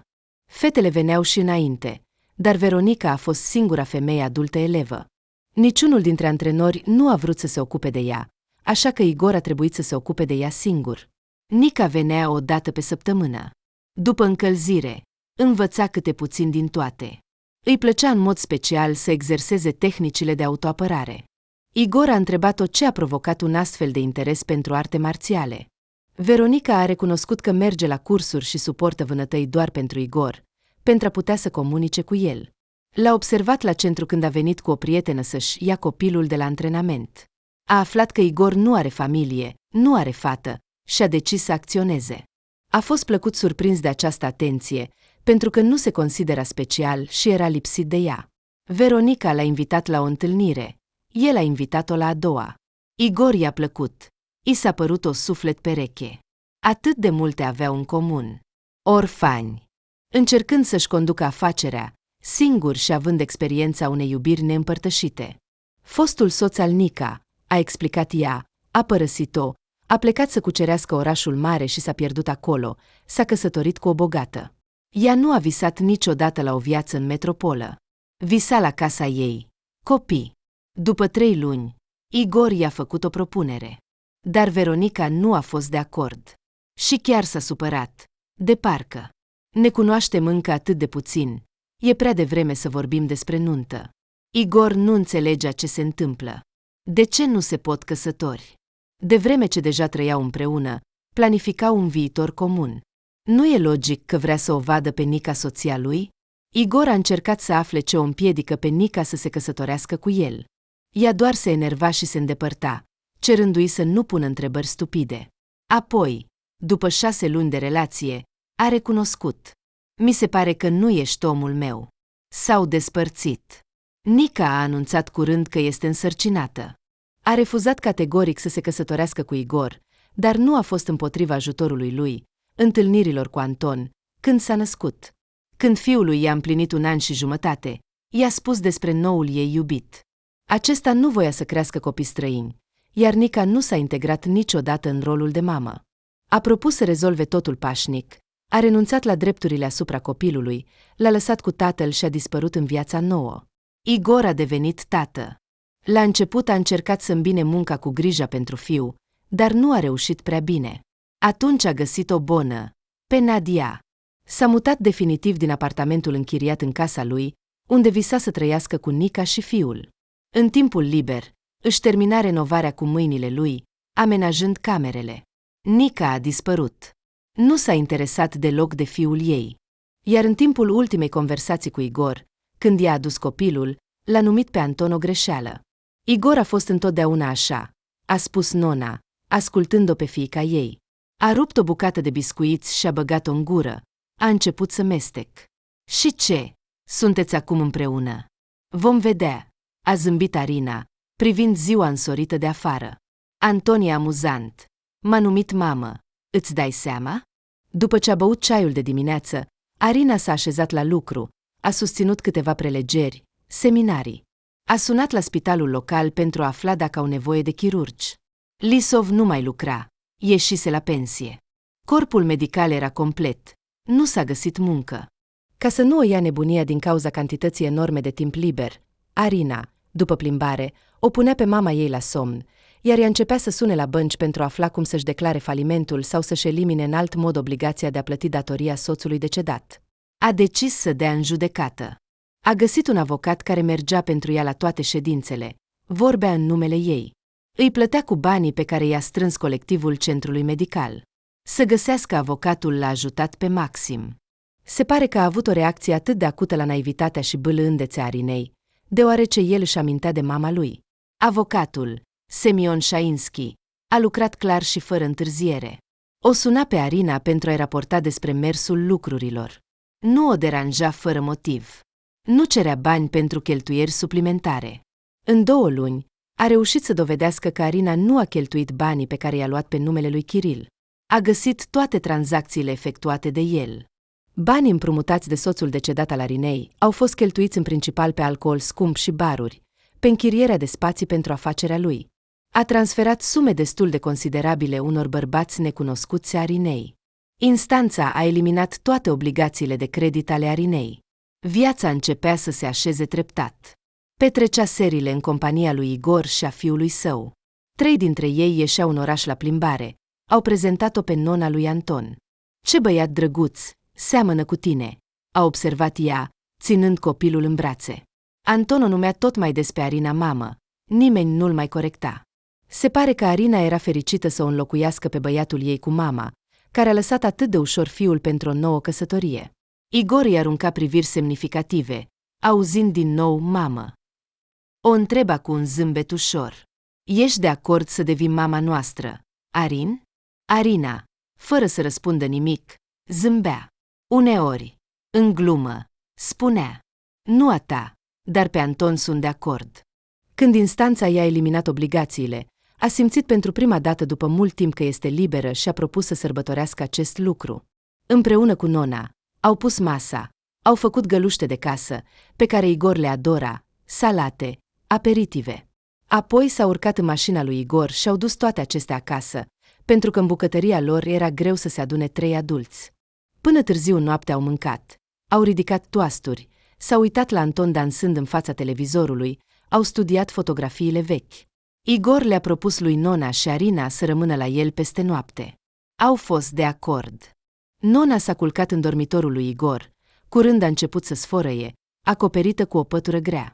Igor s-a întins pe canapea, convinând-o pe Arina să se culce lângă el. Mama ta știe deja tot despre noi, a spus el. Nu avem 15 ani. De ce să ne ascundem? Dimineața, oprind alarma, nona a ieșit în sufragerie, a văzut copiii dormind în îmbrățișare, a zâmbit, a trecut pe vârfuri pe lângă ei spre scară, a urcat în dormitor, unde Anton dormea încă în pătuțul lui. Lumina soarelui inunda sufrageria de jos. Nona stătea lângă balustradă, privindu-le pe Igor, care în somn își acoperea fața Arinei cu palma, ca să nu-i fie soarele în ochi. S-a gândit. Așa trebuia să se întâmple de la bun început. După o jumătate de oră, Igor s-a trezit. S-a mirat când a intrat în bucătărie să bea apă și a văzut-o pe nona, care făcea clătite pentru micul dejun. V-ați trezit deja? Obicei, a răspuns nona, întorcând clătita. M-am dus de vreme la fabrică. Acum este fabrica mea. Să fiu sincer, mi-a fost foarte dor de mâncarea voastră, nona Iosifovna. Igor s-a întins fericit, punând paharul gol pe masă. După găluște, clătite, după toate acestea. Ei bine, dacă ți-e dor, voi găti mai des. Anton s-a trezit sus, l-a chemat pe tată. Arina s-a trezit și ea, s-a spălat și a venit să o ajute pe mama ei. La 7, a sunat Nadia, a luat de la tată pe Anton, care reușise să se murdărească bine în smântână și gem. Igor s-a pregătit repede, a plecat la muncă. Nona și Arina au făcut ordine peste tot, Au ieșit în curte, unde se juca cu Anton Bona. Au chemat un taxi până acasă. Când mașina a ajuns la casă, nona a oprit fiica, a luat-o ușor de antebraț. Eu plec, dar tu rămâi. Ce? Nu a înțeles Arina. De ce? Eu am cursuri după amiază. Trebuie să merg acasă. Ți-am adus laptopul. Este în hol, pe dulap. Și-am strâns câteva lucruri. Mamă! S-a indignat Arina. Ce prostii! Nu prostii! Locul tău este aici, a zâmbit ea. Să nu te mai prefaci că nu visezi să rămâi în această casă pentru totdeauna, că nu-l iubești pe Igor și pe Anton ca pe al tău. Eu văd totul. Nu sunt oarbă. Nona s-a așezat pe bancheta din spate. A plecat. Arina a privit confuză cum pleacă. Mama ei a scos-o din casă. Ce rușine! Ce-i va spune lui Igor când se întoarce? El s-ar putea supăra, ar putea crede că Arina se impune și grăbește evenimentele. Totuși, nu era timp să se gândească la asta. Trebuia să găsească laptopul și să susțină cursurile, pentru a nu-și pierde locul de muncă. Așa că s-a apucat de treabă. Igor s-a întors la 9, a lăsat-o pe Nadia și s-a mirat când a văzut-o pe Arina în camera copilului. Ea stătea pe covor și construia cu sârguință un castel din cuburi, pe care Anton îl dărâma cu plăcere. Ești aici? A întrebat el, închizând ușa. Mama mi-a adus ieri lucrurile. Nu știam nimic, te jur. A spus că locul meu este aici. Sună prost, nu? Sunt jalnică. Arina și-a ridicat ochii spre Igor, el s-a așezat lângă ea, s-a simțit foarte rușinat. Ei bine, dacă vrei să rămâi, nu mă deranjează. Dar tu vrei? Arina a simțit o ușurare. A pus cuburile deasupra, a râs împreună cu Anton când acesta a dărâmat totul și a aplaudat. Vreau. Foarte mult vreau. În acea noapte, după ce l-a culcat pe Anton, au intrat împreună în dormitorul lui Igor, au stins lumina și au închis ușa în urma lor. S-au trezit împreună. S-au îmbrățișat mult timp și au râs prostesc, schimbând săruturi, nevenind să creadă ce s-a întâmplat. Arina l-a condus pe Igor, sărutându-le înainte ca el să ridice geamul. A întâlnit-o pe Nadia, a pregătit prânzul și cina. A susținut cursurile. După prânz, a stat în iarbă, privindu-le pe Anton alergând după bulele de săpun pe care le făcea Nadia. Ea râdea fericită. Și-a realizat brusc că începe o nouă viață, în care nu este loc pentru vechi. Arina a scos telefonul, a șters memoria de fotografii. A găsit brusc numărul lui Kiril, pe care nu reușise să-l șteargă, pentru că spera. Poate că soțul nu a murit. Poate că totul este o prostie sau o glumă. A apăsat numărul pentru a-l șterge, dar în loc de asta a sunat. Am dorit să mă eliberez, dar deodată am văzut că mi-a răspuns. M-am oprit pentru o clipă, stânjenită. Îmi pare rău, am sunat din greșeală. Abonatul de cealaltă parte nu se grăbea să răspundă. În fundal se auzeau voci și agitație. Și atunci Arina a auzit o voce care i-a făcut părul să-i stea măciucă. Dimca, nu mă mai lăsa fără baterie. Era vocea lui Kiril. Arina nu ar fi confundat niciodată această voce cu alta. A strigat în telefon. Alo! Kiril, ești tu? Alo! Din nou agitație. Au închis apelul. Arina, cu mâinile tremurânde, a sunat din nou, dar nu a așteptat răspuns. A sunat din nou și din nou. După a 5-a încercare, s-a predat. A aruncat telefonul pe gazonul din apropiere și a frecat tâmplele cu degetele. Așa ceva nu se poate. Kiril este mort. Aceasta nu este vocea lui. Probabil că mi s-a părut. Sau nu. Nadia a observat îngrijorarea lui Arina. A întrebat. E totul în regulă? Da, totul este bine, a răspuns ea fals, zâmbind. Hai să mergem să luăm cina. Tata se va întoarce curând. Când seara Nadia a plecat, iar Anton se juca liniștit pe canapea, ea l-a dus pe Igor într-o parte și a mărturisit despre ideea ei nebunească. Mi se pare că Kiril este viu. Igor s-a încruntat. De unde ai dedus asta? L-ai văzut? Nu, l-am auzit. Am sunat din greșeală la numărul lui. Și el a răspuns? Nu, doar am auzit vocea lui undeva în fundal. Igor a zâmbit, ridicând o sprânceană. Arișa, ți s-a părut. Probabil că ai fost prea emoționată. Nu, Nu mi s-a părut. Arina s-a enervat, dar și-a mușcat buza. Sau ai dreptate? Nu știu. Am încercat să sun din nou, dar nimeni nu a răspuns. Igor a îmbrățișat-o în tăcere, a mângâiat-o pe spate, a sărutat-o pe frunte. Trebuie să te odihnești, ca să nu mai ai flashback-uri din Vietnam. Hai să ne culcăm. Eu îl voi lua pe Anton, iar tu adu-i la Puma. Bine? Noaptea, în brațele lui Igor care sfărăia lângă ea, uitându-se la tavan, Arina a încercat să adoarmă, dar somnul nu venea. În urechi îi răsuna clar vocea lui Kiril. Cu siguranță mi s-a părut. Dimineața, după ce a predat lecțiile, Arina s-a închis în cameră. Ca Nadia să nu audă nimic în plus și să nu-i spună lui Igor, a sunat din nou la numărul lui Kiril. La prima încercare nu a răspuns nimeni, nici la a doua. La a treia încercare, norocul i-a zâmbit. Alo! A auzit o voce de copil și s-a pierdut. Alo! Salut! Cu cine vorbesc? Mă cheamă Dima, s-a prezentat copilul.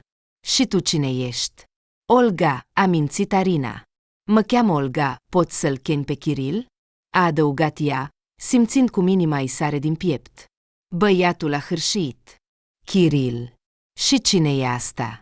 Ieri l-am auzit pe un bărbat certându-te. Nu se numește Kiril? Dima a râs. Nu, acesta este tata, Eugen. Arina s-a pierdut complet. Eugen? Da, vine în weekend. Sâmbătă dimineața. Apoi pleacă. Îmi dă telefonul lui să mă joc. Arina și-a amintit de cicatricea de pe burta lui Kiril, care a rămas după o vizită nereușită la depozit. A întrebat. Are tatăl tău, Eugen, o cicatrice pe burtă? Atât de mare, atât de urâtă. Dima a răspuns surprins. Are, și tu-l cunoști pe tata. Vrei să-l chem? Nu, nu trebuie, s-a speriat Arina și a fluturat cu mâna liberă. Nu-l chema. Tata a ieșit acum, a spus Kiril cu tristețe. Se va întoarce curând să ia telefonul. Dar poți să-mi spui adresa? A întrebat Arina cu voce bâlândă. Unde locuiți? Vreau foarte mult să-l întâlnesc pe tatăl tău. De ce? A intervenit copilul. Este o surpriză, nu-i așa? Da, a preluat Arina cu bucurie versiunea lui. Exact. Vreau să-i fac o surpriză, să-i aduc un cadou. Îmi spui adresa? Acum, a răspuns băiatul. A stat puțin, se pare că a ieșit din cameră. Apoi a șoptit în telefon, astfel încât Arina părea că va simți respirația lui caldă la ureche. Strada Parcomenco, casa 10. Tata vine, trebuie să plec. Și orașul? A întrebat Arina în grabă. Orașul? Zelenograd. Totul. Pa. Dima a închis.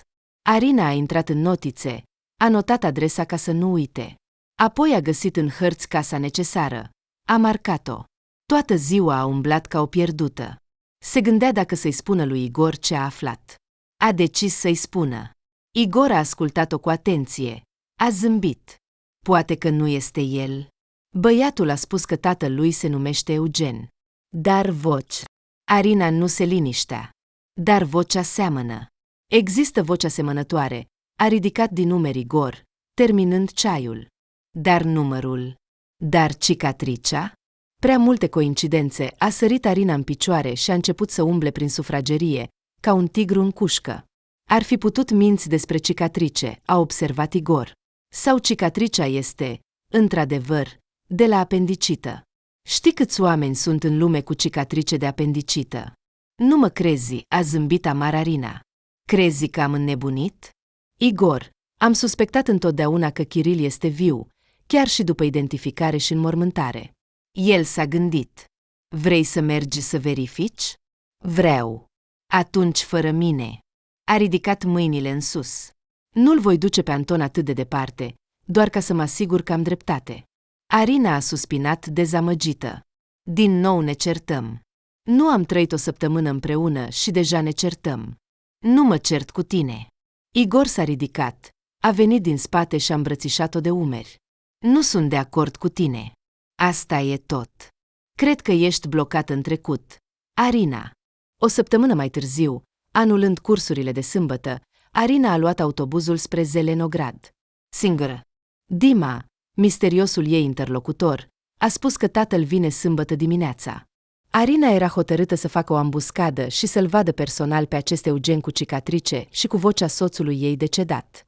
Drumul a durat o oră. Arina a luat o cafea și un croissant de la benzinărie. A ajuns la adresa corectă. La aproximativ 20 de metri de poartă, a văzut o bancă confortabilă pe terenul de joacă pentru copii și a început să aștepte. Era un sector privat obișnuit. Uneori, câini vagabonzi alergau pe stradă sau treceau pe biciclete, copiii trăgând neîncetat de clopoțel. O femeie cu un câine a trecut pe lângă Arina și a salutat-o. A întrebat dacă este localnic și ce face acolo atât de devreme. Am venit să mă angajez ca bonă, a mințit Arina. La Dima nu știu numele de familie, din păcate. Aici locuiesc. Atunci sună-i, a sugerat femeia, trăgând câinele de lesă de la nisip. Probabil că s-au trezit? Sau ți-au spus să aștepți aici? Exact așa. Doi băieți în formă bună au alergat pe lângă.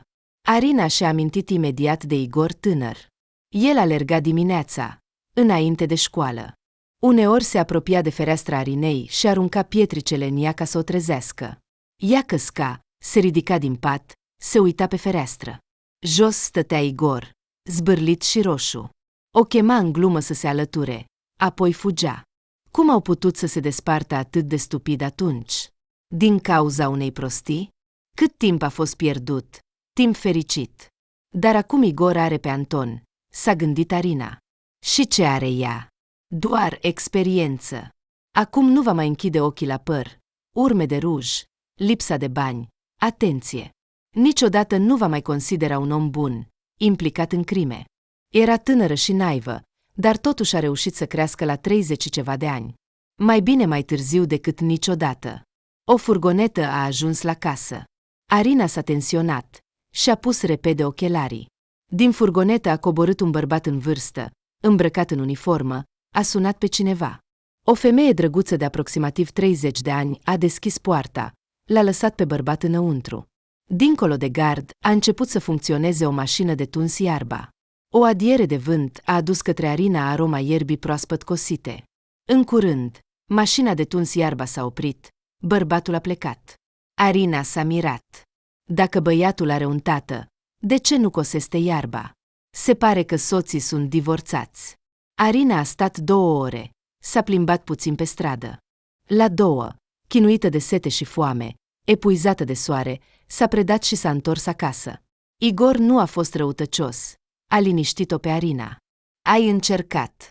Nu te mai duci, sper? Nu, a mințit ea. O săptămână mai târziu, convinând-o pe mama lui Igor că trebuie să plece din cauza unui credit luat de Kiril pentru a-și plăti datoriile, s-a dus din nou la adresa dată de Dima ca să nu atragă atenția, s-a ascuns în foișorul de lângă terenul de joacă.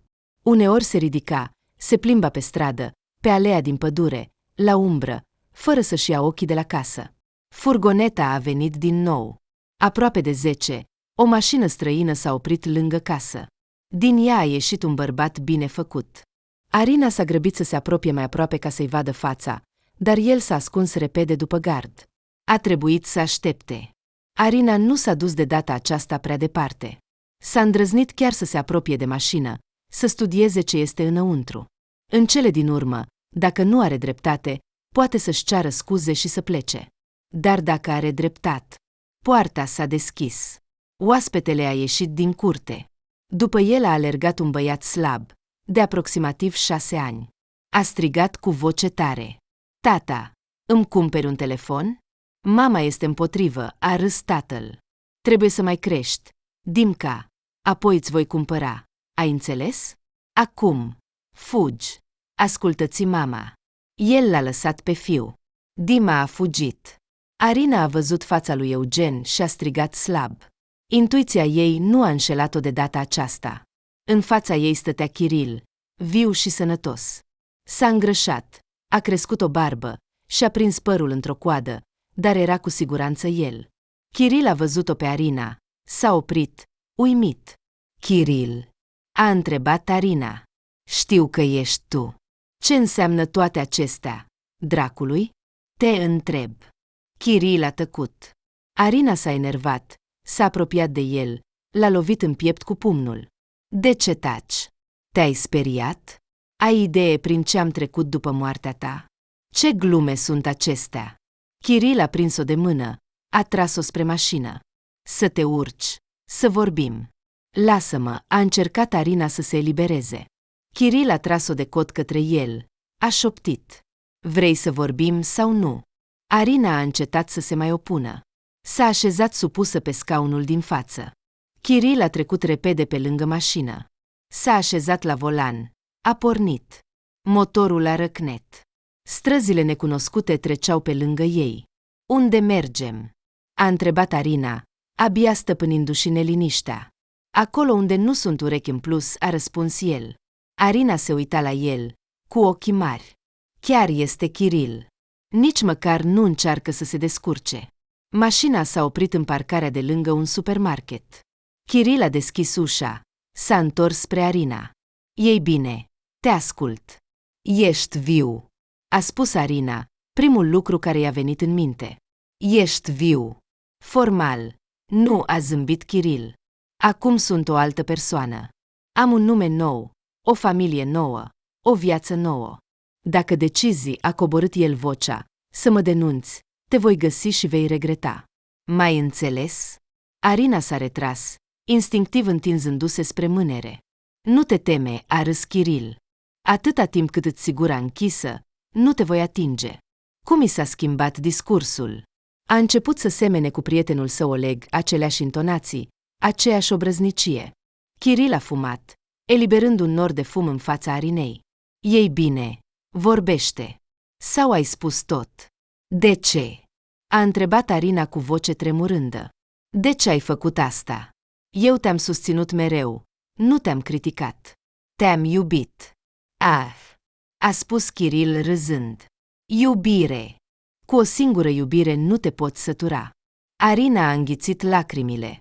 De aceea ai acumulat toate aceste credite? Ca să fii sătul. Nu doar atât. Am plătit și pentru acoperiș. Am avut un acoperiș bun, dar altul s-a dovedit a fi mai puternic, dacă înțelegi despre ce vorbesc. Așa este lumea noastră. Nu tu, atunci eu. Trebuie să fii pregătit să plătești pentru o viață liniștită. De altfel, am muncit și pentru tine, a strâmbat el gura. Unde este recunoștința? Recunoștință? A răspuns Arina. Ce recunoștință?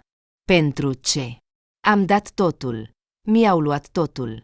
Oleg al tău a intrat în casa noastră, m-a amenințat, a trebuit să-i cedez apartamentul. Am vândut mașina ca să mă achit cu el, ca să ne lase în pace, pe mine și pe mama. A trebuit să iau un credit și încă îl plătesc. Kiril a oprit-o cu un gest. Săraca nefericită. Te descurci bine, după cum văd. Vei plăti creditul tău și vei fi liberă ca o pasăre. Trebuie să plătești pentru o viață bună. Și tu ce ai crezut? Pentru ce altă viață? Eu am plătit pentru viață. S-a revoltat Arina. Kiril nu o asculta. Dar apartamentul? Nu știu de ce l-ai cedat. Oleg te-ar fi speriat pentru decență și ar fi uitat. Ești singura vinovată. Ai creat probleme. Totul este din cauza emoționalității tale excesive. Aceasta ți-a împiedicat întotdeauna să gândești rațional. Arina a strigat.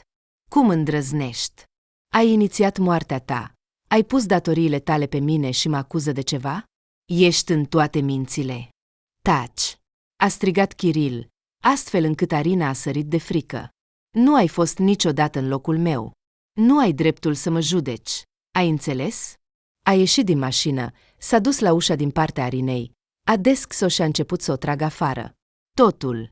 Discuția s-a încheiat. Ieși. Ca să nu te mai văd lângă casa mea. Ai înțeles? Te voi omor. Kiril a tras-o pe Arina din mașină. A aruncat-o pe asfalt. A căzut în genunchi. S-a lovit dureros. S-a zgâr și a șuierat de durere. Kiril s-a întors repede la mașină. A aruncat în Arina geanta ei și a plecat.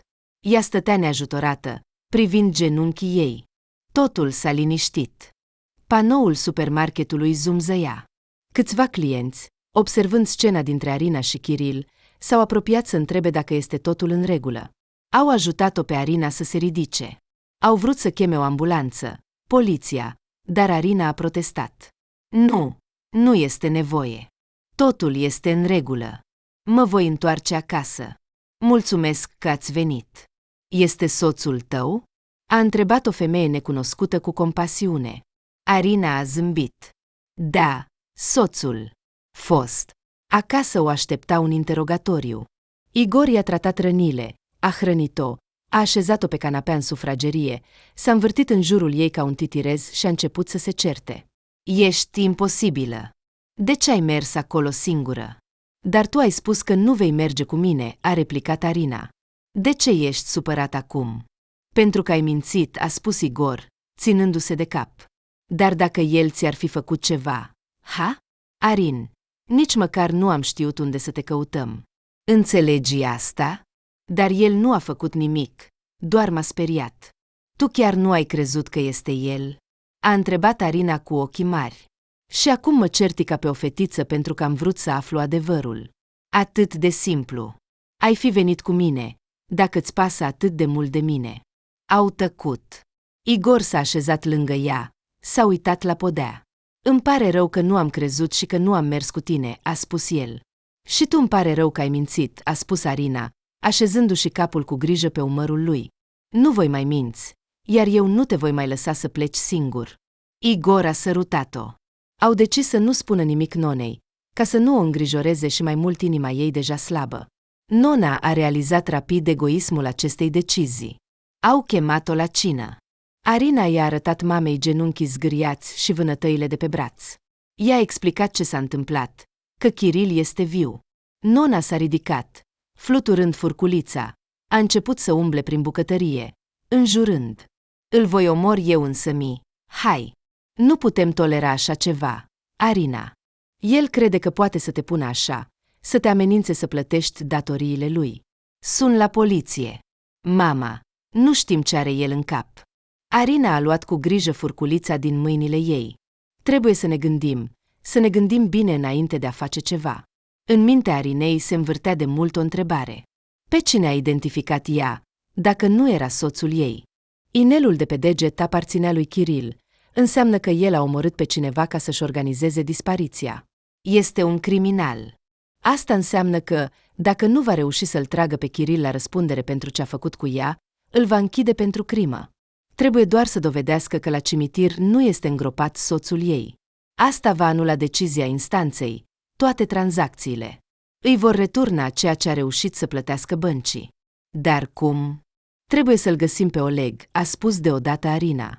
Igor a întrebat cu neîncredere. Oleg? Este cel care ți-a luat apartamentul? De ce? El este cu siguranță interesat de locul lui Kiril la fel de mult ca și mine, a zâmbit Arina. Am plătit toată datoria lui. Dar este o chestiune de onoare. El ne-a înșelat, ne-a trădat. Întrebi de ce? De ce să ne complicăm mințile cu cum să-l facem pe Kiril să recunoască totul, când putem lăsa această treabă pe seama profesioniștilor? Nona și Igor s-au privit. Nu te recunosc, a răspuns Nona încet. Ești o persoană înfricoșătoare, Arina Alexandrovna. Sunt înfricoșătoare, dacă cineva începe să mă amenințe pe mine și familia mea. Ei bine, ce zici? Mă susții? Nona a dat din cap. Și Igor a dat din cap. Arina s-a uitat pe fereastră, unde Anton alerga după cățelul vecin. Bona mergea după el, ajutându-le să se ridice atunci când Anton cădea, împiedicându-se de propria lui picior. Igor a încredințat toate treburile antrenorului principal. Dimineața, el și Arina au plecat spre Moscova pentru a-l găsi pe Oleg și a vorbi cu el. Arina nu avea idee de unde să înceapă căutările. Nu avea contacte cu Oleg, a decis să meargă mai întâi la căminul unde l-a întâlnit pe bandit pentru prima dată. Administratorii s-au schimbat, iar chiriașii s-au schimbat. Nimeni nu-și amintea de Oleg și banda lui. Atunci, cuplul a mers la vechiul apartament al Arinei din centru. Noii chiriași îl știau pe Oleg. Acest om le-a vândut apartamentul, le-a dat numărul. La apelurile telefonice, Oleg nu a răspuns. Arina a renunțat să mai încerce să sune. Igor a sugerat. Probabil că și-a schimbat numărul. Asta se întâmplă adesea. Da, sau pur și simplu nu răspunde la apelurile aleatorii, a murmurat Arina. Unde mergem mai departe? La depozit, a suspinat Arina. Probabil că nu mai funcționează. Dar acolo ar putea fi cunoscuți ai lui Oleg sau cei care îl cunosc. Depozitul a crescut în timpul absenței Arinei. Pavilionul ars a fost restaurat. Igor s-a oprit la porțile închise și la barieră. Un paznic a ieșit din cabina lui. Cine? Unde? A strigat el cu o voce răgușită. Suntem la Oleg. A strigat Igor înapoi. Paznicul a scos un sunet. Încă este devreme. Oleg va fi aici doar după 5. Arina și Igor s-au privit cu bucurie. Îl așteptăm? A întrebat Igor. Nu suntem locali. Așteptați, a făcut cu mâna bătrânul, întorcându-se să se uite la fotbal. Oleg a sosit ca la program. La 5. Arina l-a văzut la volanul unei mașini și a ieșit din mașină. Oleg! Oleg! Așteaptă! El a oprit motorul. A ieșit afară, ținând ușa. Ce oameni, a spus el, aruncând o privire la Igor. M-ai căutat. Surioară. Kiril este viu, a spus Arina. Știați că este în viață. Oleg a râs. Nu sunt amuzante glumele tale, surioară. Cum te cheamă? Arina? Nu este o glumă, a clătinat ea din cap. L-am văzut cu ochii mei. M-a amenințat ca să nu vă spun. Oleg s-a gândit, s-a uitat în jos. Am treabă. Așteptați-mă. Apoi mergem într-un loc, ne așezăm civilizat, discutăm totul. A fost nevoie să aștepte aproximativ o oră. Oleg a condus înainte, arătându-le drumul. S-au întors în oraș, s-au oprit lângă un restaurant. S-a dovedit că acesta aparținea lui Oleg, i-au condus la o masă, le-au adus un aperitiv. Arina i-a povestit lui Oleg cum a sunat din greșeală la vechiul număr al lui Kiril și a aflat totul. Despre soția lui, fiul său și noua sa viață. Oleg s-a încruntat. Vrei să te răzbuni pe el cu mâinile mele? Nu-i așa, surioară? Vreau. Ei bine, și voi vreți să vă răzbunați pe el, nu-i așa? A îndrăznit Arina. Oleg a râs, tremurând din tot corpul. De ce să mă răzbun? Tu mi-ai returnat banii. Acum este treaba voastră de familie, nu a mea. Rezolvați-vă singuri. Arina a întins mâna.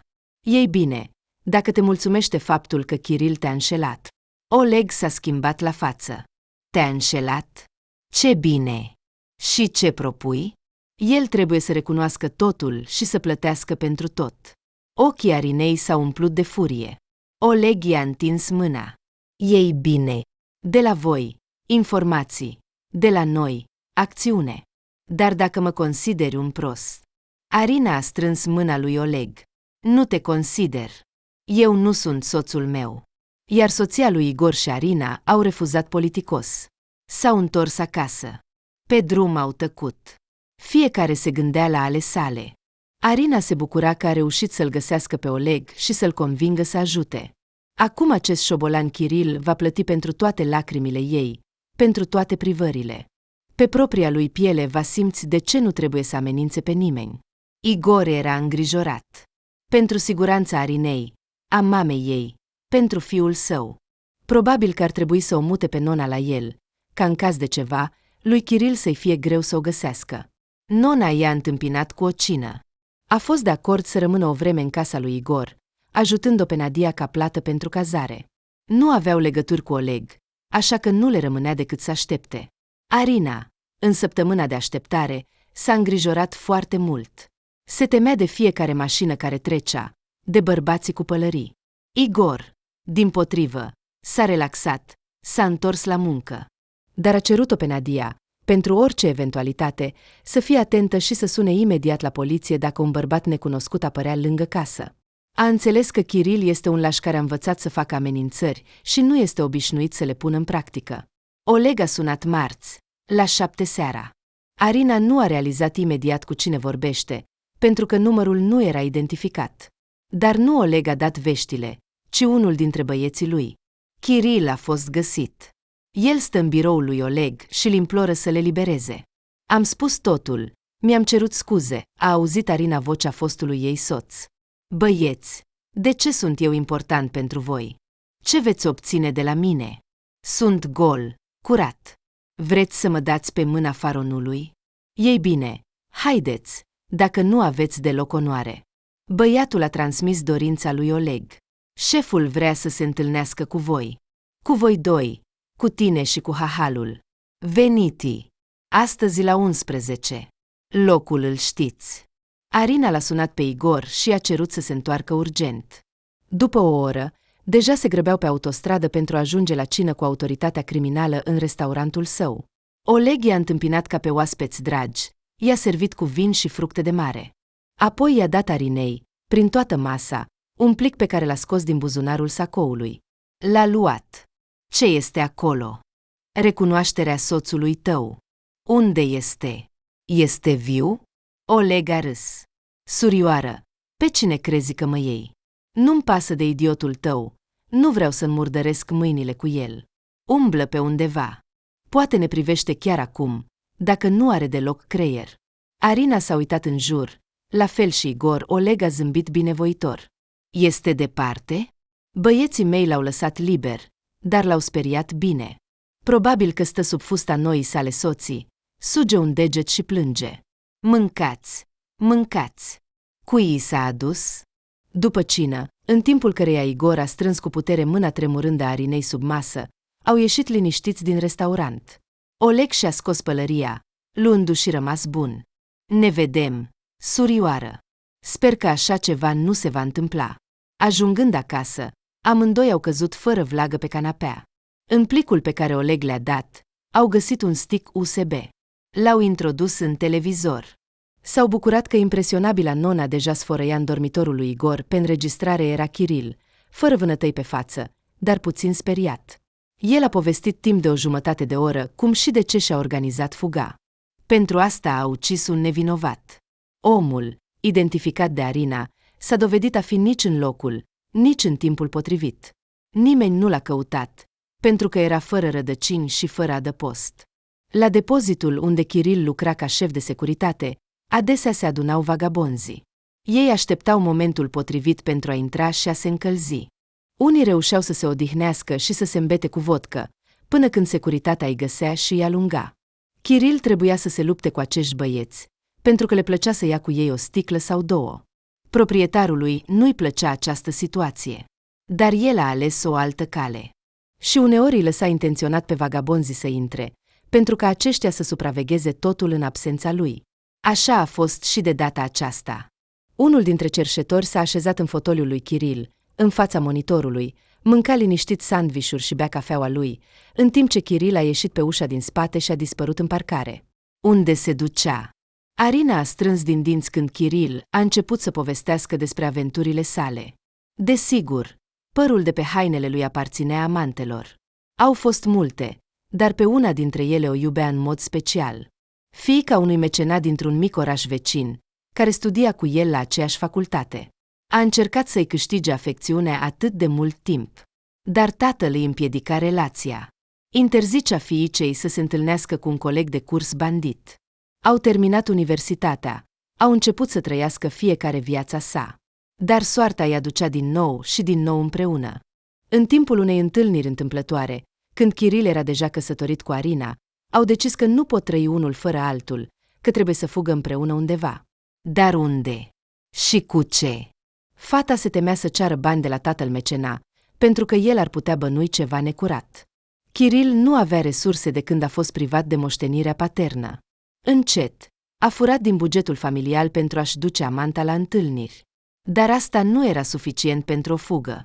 Ea spunea că este gata să fugă chiar acum, fără bani, fără nimic, povestea Kiril de pe ecran.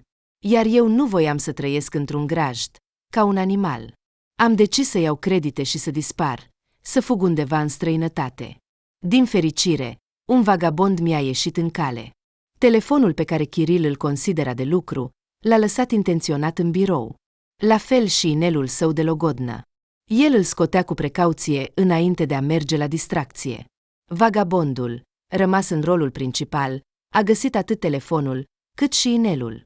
Kiril i-a promis că îl va ajuta cu restabilirea pașaportului, dacă acesta va fi de acord să-l ajute și să-i acopere absența. Iar când pașaportul a fost gata, a trecut la următoarea etapă. Îmbrăcând inelul, punând în buzunar noul pașaport, Eugen se plimba prin depozit, bea cafea dintr-un pahar de carton și cânta melodii vesele. Apoi a decis să fumeze. Tot acest timp, Kiril l-a urmărit cu atenție. În cafeaua lăsată pe masă era o doză letală de somnifer. Vagabondul s-a clătinat la un moment dat și a căzut. Kiril s-a aruncat spre el, a început să-l percheziționeze. A găsit în buzunar un pașaport foarte uzat și o fotografie a unei femei, probabil mama. A aruncat fotografia, dar a ascuns pașaportul în buzunar. S-a schimbat de haine cu cel adormit. A observat pe degetul lui inelul și a chicotit. Bravo! Când totul a fost gata, a stropit pe cel adormit cu vodcă. A scos bricheta. Iar după câteva minute, s-a uitat mulțumit cum flacăra devorează depozitul. Kiril l-a văzut pe Arina. A văzut cum ea plângea lângă corpul vagabondului, crezând că este soțul ei. Apoi s-a dus liniștit în oraș. Pe drum a studiat pașaportul. Eugen Menșin, un nume decent. Kiril a trebuit să cântărească câteva zeci de kilograme în plus, să-și lase părul și barba să crească pentru a semăna cu cel al cărui nume l-a furat. A fost înfricoșător să treacă granița cu un astfel de pașaport. Așa a luat-o pe amanta sa și au rămas împreună în apropiere. Au cumpărat o casă cu banii pe care Kiril îi transferase timp de 7 ani în conturi false. Da, aceasta nu era așa numita acoperire. Era el, toți acești bărbați din extrasul de cont. Amanta a reușit totuși să contribuie la viitorul lor luminos. Tatăl ei, când a aflat despre dispariția fiicei, a suferit un accident vascular cerebral și nu a mai reprezentat o amenințare. S-a ocupat de afacerea lui, iar după moartea lui au cumpărat totul pe nimic, făcând un act de vânzare fictiv. Afacerile lui Kiril mergeau bine. Creditorii nu-l mai chinuiau. Noua soție, cu care au încheiat o căsătorie oficială, era încântată de el. Naivă și încrezătoare, nu ca Arina. Anastasia nu încerca să impună soțului un sentiment de vinovăție pentru faptele comise. Doar suspina uneori cu admirație. Te iubești atât de mult încât l-ai ucis pe acel om bun, și eu te iubesc atât de mult, atât de mult. Au avut un fiu, Dima l-au numit după bunicul, pentru ca cunoscuții să nu răspândească zvonuri că Anastasia l-a dus pe tatăl său în mormânt pentru un nou iubit. Au trăit fericiți, până când Anastasia l-a prins pe soțul ei înșelându-o. Eugen, așa cum acum îl numeau toți, a fost prins în cămară cu menajera într-un moment interesant. Anastasia l-a dat afară, cerând divorț. Din fericire, nu mai aveau economii, iar afacerea de familie îi aparținea lui. Timp de 2 ani lungi, s-au judecat cu Anastasia pentru dreptul de a conduce afacerea tatălui ei decedat. Și Anastasia a câștigat procesul. Eugen a rămas din nou fără nimic. A început să caute frenetic modalități de a câștiga bani. A deschis un mic chioșc, vândând țigări. Se întâlnea cu fiul o dată pe săptămână. În timpul vizitelor sale, încerca să mănânce bine, pentru că cea mai mare parte a conținutului frigiderului din casa soției și a gustărilor de pe masă nu mai era accesibilă pentru el. Toate veniturile se duceau pe menținerea imaginii unui burlac bogat și invidiat. Mașină, telefon, parfum. Video se încheia cu cuvintele lui Kiril. Recunosc că am acționat greșit. Nu ar fi trebuit să împrumut bani de la voi. Nu este conform principiilor. Era suficient să împrumut de la bănci. Arina a închis televizorul, întrebându-le pe Igor. Și ce ar trebui să facem acum cu asta? Igor s-a mirat. Adică, ce să facem? Să mergem la poliție. Este evident. Dar ce va fi cu Dima? Arina îi părea cu adevărat rău de băiat. El nu este vinovat de nimic. Este doar un copil. Îți poți imagina ce se va întâmpla dacă toată lumea află adevărul. Este iadul. Nu vreau ca din cauza mea să sufere copilul. Așa că vom arunca sticul USB și asta e tot. Igor s-a ridicat de pe canapea. A scos dispozitivul de stocare. Arina l-a oprit. Nu, nu trebuie. Hai să ne gândim puțin. Igor a pus sticul pe raftul de sus. 2 zile, 3, poate. Să nu ne grăbim. S-au dus la culcare. Dimineața au povestit lui Nona despre conținutul videoclipului și au cerut sfatul ei. Ea a fost inflexibilă. Kiril trebuie să meargă la închisoare și punct. Băiatul va deveni un paria, se tot spunea Arina. Mi s-a părut drăguț. Atât de bun, atât de vorbăreț. Va pleca cu mama departe, a sugerat Nona. Arina, cât timp el este liber, nu vom putea trăi liniștiți. Vom umbla și ne vom uita în jur. Seara, Oleg a sunat brusc. A întrebat dacă i-a plăcut Arinei cadoul său. Ce intenționezi să faci? A întrebat el, repetând întrebarea mamei ei și a lui Igor. Nu știu încă. Am acum cursuri. Am nevoie de timp să mă gândesc. Sper că înțelegi că nimeni nu trebuie să știe cine te-a ajutat să obții această înregistrare. Surioară? Înțeleg.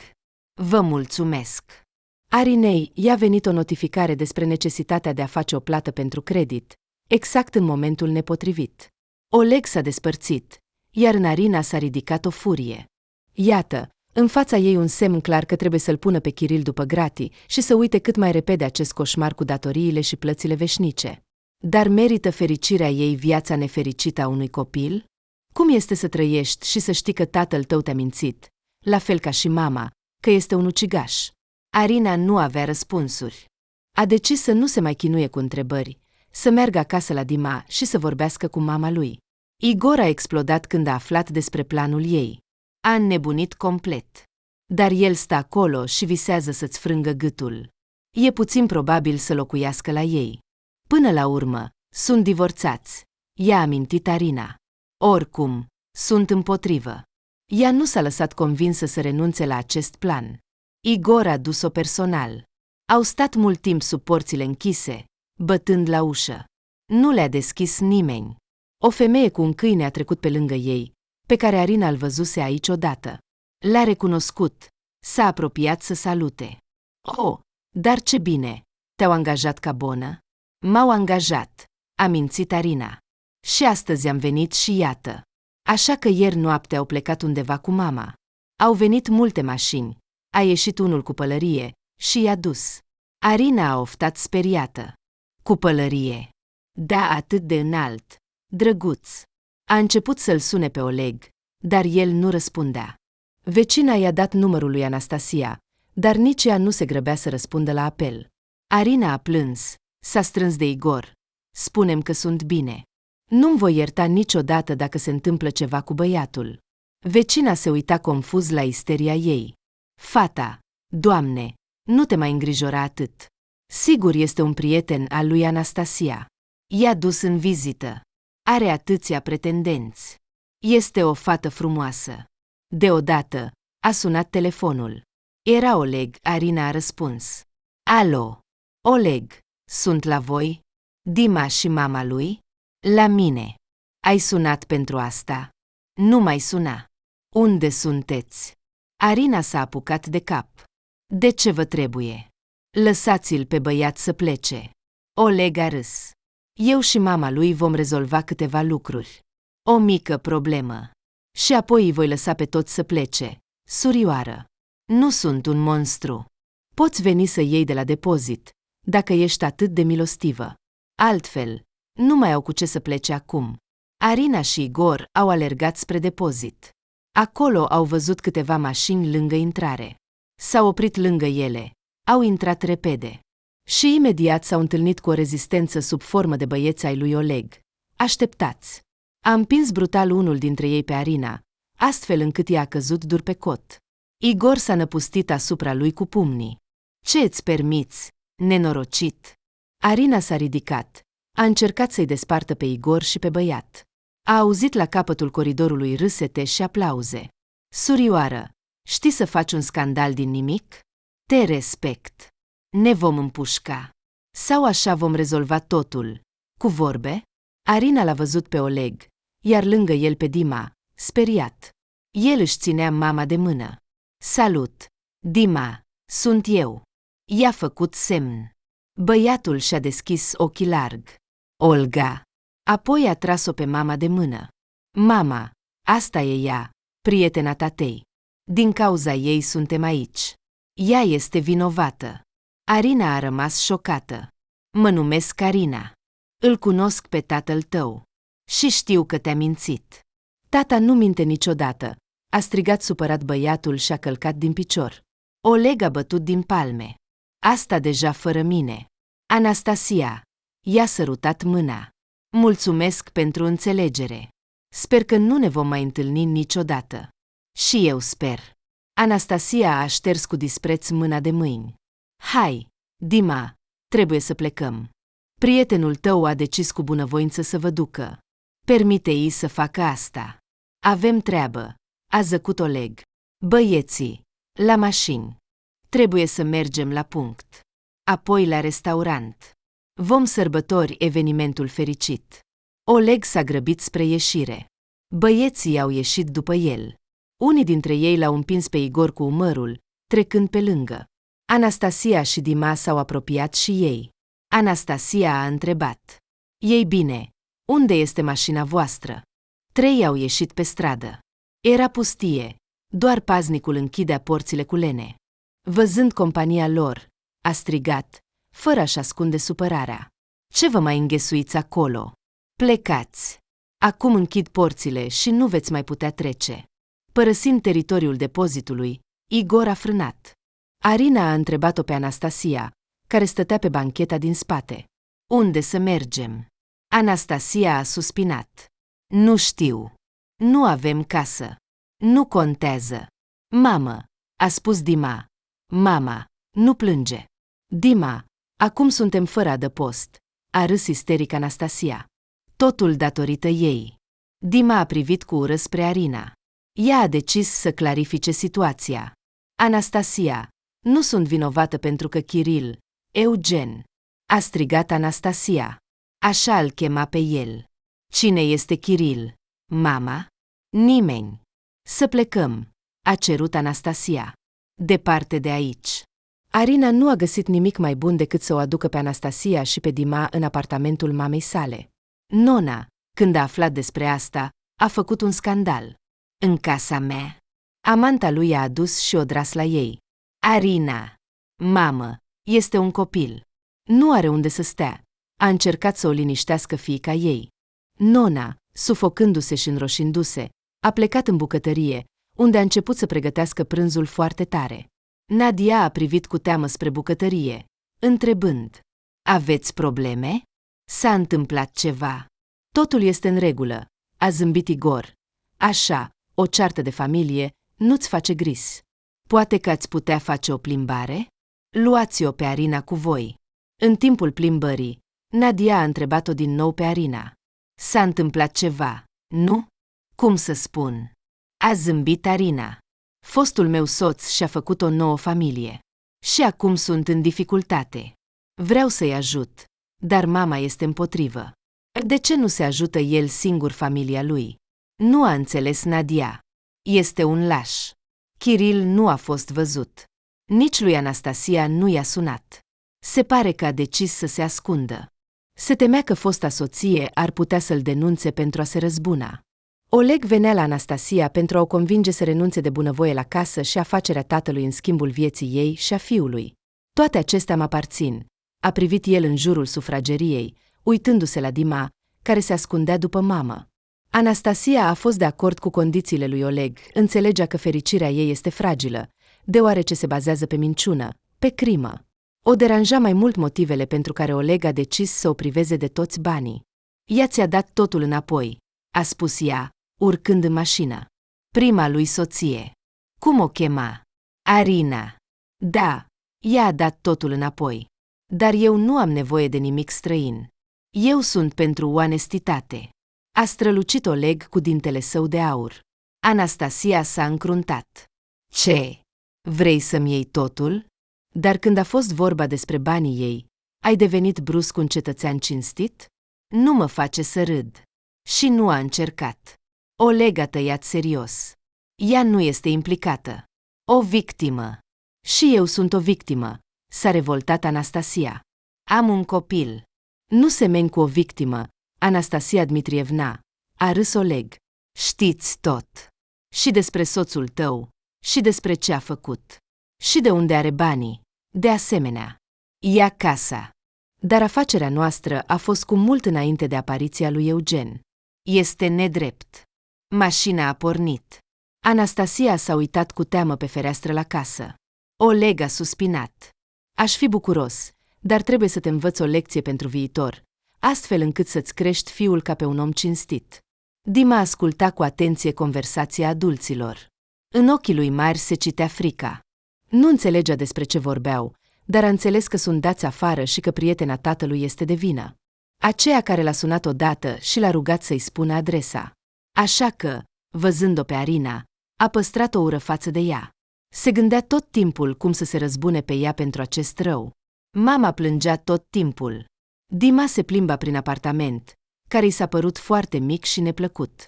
Ieșea în curte, se uita la băieții care jucau fotbal și refuza să se alăture. Unul dintre tinerii fotbaliști a strigat la el. Ce? Îți este frică? Nu-mi este frică, a răspuns Dima morocănos, apăsându-se de zidul casei, ca să nu fie văzut. Aha, desigur. Fotbalistul a scos limba și a fugit. Dima a pornit după el. L-a ajuns din urmă, l-a doborât la pământ, voia să lovească, a ridicat pumnul, dar ceilalți jucători l-au prins și l-au tras deoparte. Nebun! A strigat fotbalistul supărat. Dacă nu vrei să joci, nu trebuie. Nu-mi pasă de tine. Nu-mi este frică, a strigat Dima, zbătându-se. La Cookie a venit un tânăr adult în uniformă de fotbal. A întrebat cu severitate. Ce se întâmplă aici? Cine este acesta? Nu-l știm, au răspuns băieții. S-a năpustit asupra băiatului și voia să-l doboare. Tânărul s-a întors spre Dima. Ce ai? Ce ți-a făcut? Dima a deschis gura să răspundă, dar nu a reușit să găsească ce să spună. Fotbalistul l-a enervat. De ce? Asta nu știa. L-au lăsat să plece. Dima s-a întors acasă. Anastasia a auzit cum se închide ușa și a strigat sever de pe canapea.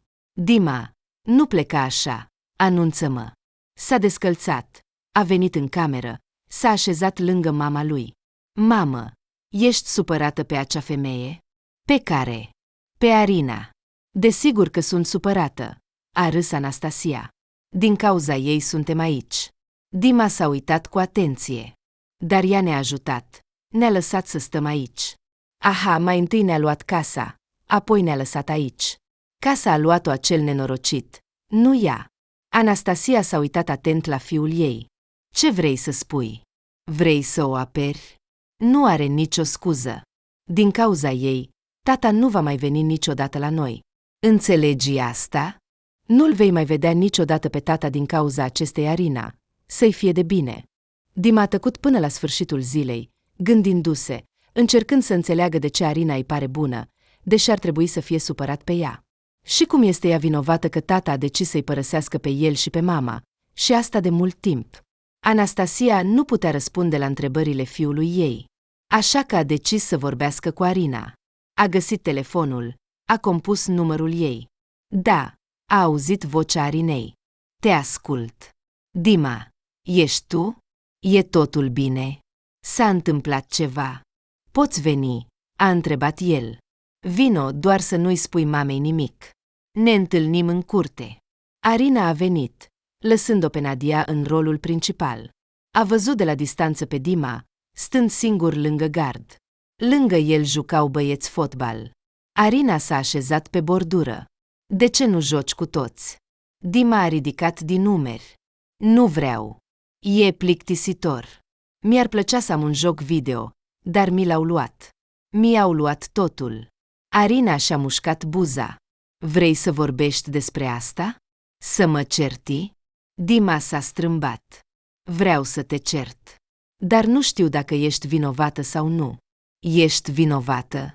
Arina a zâmbit. Nu știu. Ești adultă, s-a mirat Dima. Dacă tu nu știi, atunci cine știe? Arina și-a tras genunchii la bărbie. A propus. Hai să-ți spun totul, sincer. Și tu decizi singur dacă sunt vinovată sau nu. A început cu întâlnirea cu Kiril. Și-a amintit cum era el la începutul cunoașterii lor și cum a devenit după un an. În timp ce povestea, s-a mirat din nou de răbdarea și naivitatea ei. Înainte de a începe să povestească despre dispariția soțului, s-a oprit. Merită copilul să știe detaliile. Dima s-a enervat. Ce s-a întâmplat la depozit? De ce vorbești despre acest Kiril? Pentru că am crezut că Kiril, soțul meu, a murit în acel incendiu. Dar el a fugit și-a schimbat numele. A devenit Eugen. A întâlnit-o pe mama ta. S-au căsătorit. Ai apărut tu. Iar eu am plătit toate datoriile lui. De aceea, Dima și-a deschis ochii larg. Kiril. Tatăl meu se numește Kiril. Exact. De ce a mințit? Ca să înșele băncile. Și pe mine. Dima a tăcut. Se vedea că ceea ce a auzit l-a șocat. Arina a fost mulțumită de răspunsul ei. Și i-a explicat totul băiatului, fără a include detalii sângeroase în povestea ei. Anastasia va spune totul lui Dima, dacă va dori. Deci, acel tip cu pălărie? Dima a imitat-o cu mâinile. El ne-a luat totul, iar tu ne vei da totul înapoi? Ei bine, probabil că asta este corect. A sărit în sus, zâmbind. Îți mulțumesc că ne-ai lăsat să stăm. Când tata se va întoarce, îi voi cere mulți bani ca să-ți dea. Ești bună. Arina a văzut cum Dima alergă prin câmp către jucători, discutând ceva cu ei. Apoi a intrat vesel în joc, pasând mingea. După ce a stat puțin, Arina a decis să se ridice și să verifice cum este Anastasia, dar și să evalueze starea apartamentului. Nona era foarte îngrijorată că Anastasia și fiul ei vor fura ceva sau vor distruge ceva, apoi vor dispărea fără urmă, așa cum a făcut Kiril. Anastasia continua să zacă pe canapea. Avea un aspect epuizat. Văzând-o pe Arina intrând, a râs. Ce oaspeți!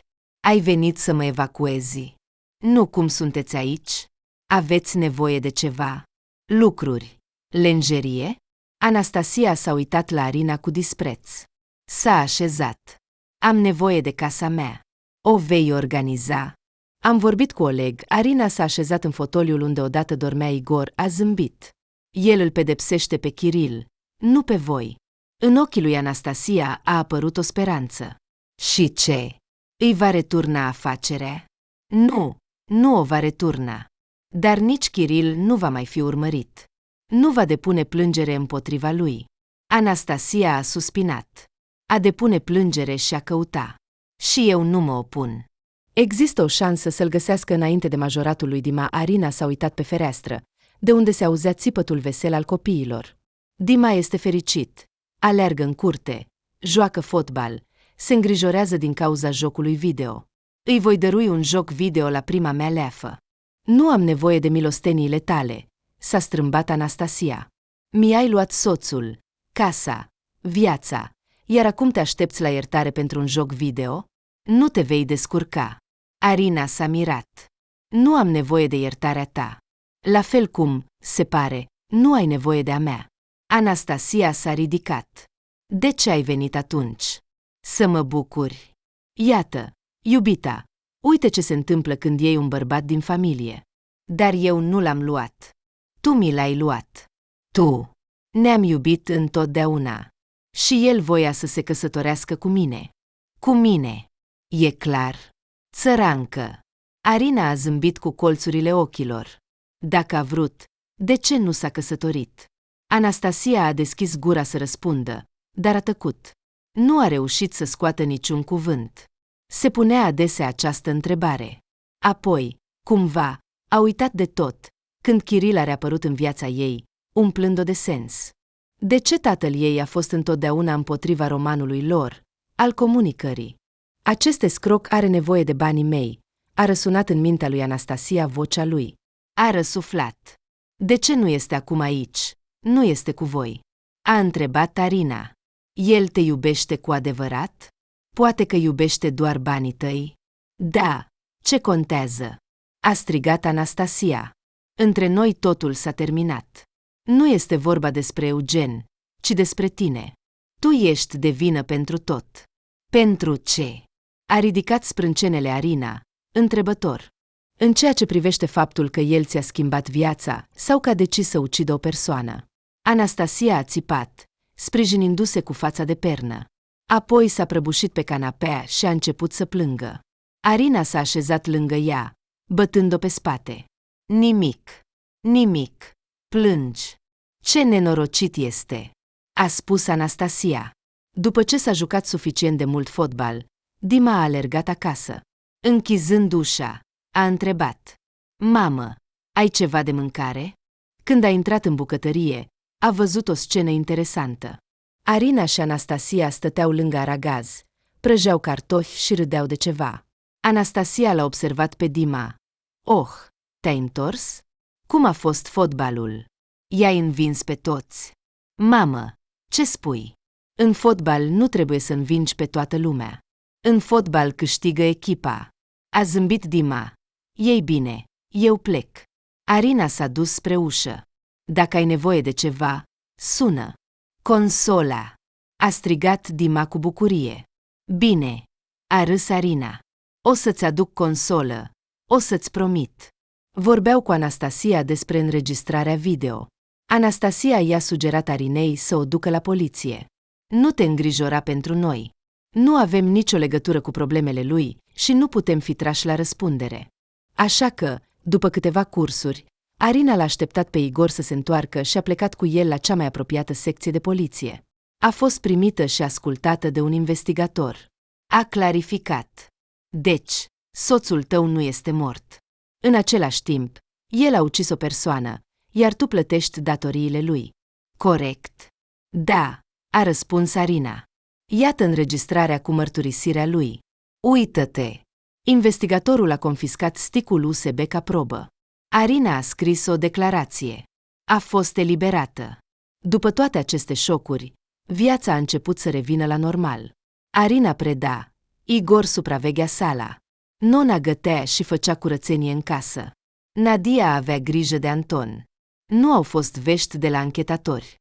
Kiril părea că a dispărut. Anunțurile de căutare pentru el erau afișate în tot orașul, dar nu au avut rezultate. Anastasia a venit la poliție cu o mărturisire. A recunoscut că știa despre crimele soțului ei, dar l-a ajutat să se ascundă. I s-a luat o declarație de interdicție de a părăsi țara. După o lună, a avut loc procesul. De câteva ori, autoritățile de protecție a copilului au vizitat-o pe Anastasia și amenințau că îi vor lua copilul dacă nu își găsește un loc de muncă. Anastasia, având studii superioare, s-a angajat secretară la o firmă de marketing locală. Protecția a lăsat-o în pace. Instanța a găsit-o pe Anastasia vinovată, dar i-a dat o pedeapsă cu suspendare și câteva luni de muncă în folosul comunității. Acum, în weekend, ea mătura curtea în care locuia. Se uita la fiul ei, alergând după minge, și se gândea că a pierdut multe, dar nu a pierdut esențialul. Strângând puțin bani, Anastasia a decis să se mute, să locuiască separat. A închiriat un apartament. Nona și Arina au venit să i-a rămas bun ei și fiului. Nona a îmbrățișat-o pe Anastasia. S-a rușinat. Dumnezeu să te ajute, fetiță. Sper că ai înțeles că ai făcut multe greșeli. Anastasia a privit în jos. Înțeleg. Și eu am plătit pentru greșelile mele. Să fii sigură. Îmi pare rău, s-a adresat ea către Arina. Îmi pare rău că ne-am cunoscut așa. Am fi putut deveni prietene bune. Arina a zâmbit. Și mie îmi pare rău. Arina încă locuia cu Igor, relația lor se apropia de o concluzie logică. Căsătoria. Numai că Igor nu se grăbea cu propunerea. Iar Arina era prea mândră ca să-l roage să se căsătorească. Nona murmura nemulțumită, privindu-i cum se joacă cu Anton. Au un copil, au o casă, să trăiască fără griji. De ce nu se căsătoresc? Nu înțeleg. Așteaptă să le cadă o altă problemă în cap. Oleg și-a îndeplinit promisiunea. A trimis prin curier un plic în care Arina a găsit cheia. Nu a putut înțelege mult timp ce este, până nu a citit scrisoarea atașată. În ea, Oleg anunța că vrea să-i returneze Arinei apartamentul ei. Da, este un alt apartament, puțin diferit ca plan, dar se află în aceeași clădire, la un etaj mai sus. Cu o săptămână mai târziu, niște străini extrem de suspicioși i-au adus Arinei un alt cadou de la Oleg, a ieșit pe stradă să întâmpine convoiul. Una dintre mașini s-a oprit foarte aproape. Din ea a ieșit un băiat. S-a îndreptat spre ea. Arina a cerut speriată. Voi returna cheile. Te rog, transmite-i lui Oleg că nu am nevoie de nimic de la el. A făcut deja multe pentru noi. Hai, fără agitație, surioară. A zâmbit băiatul. Prinde. Arina a prins cheile de la mașină. S-a uitat uimită la băiat.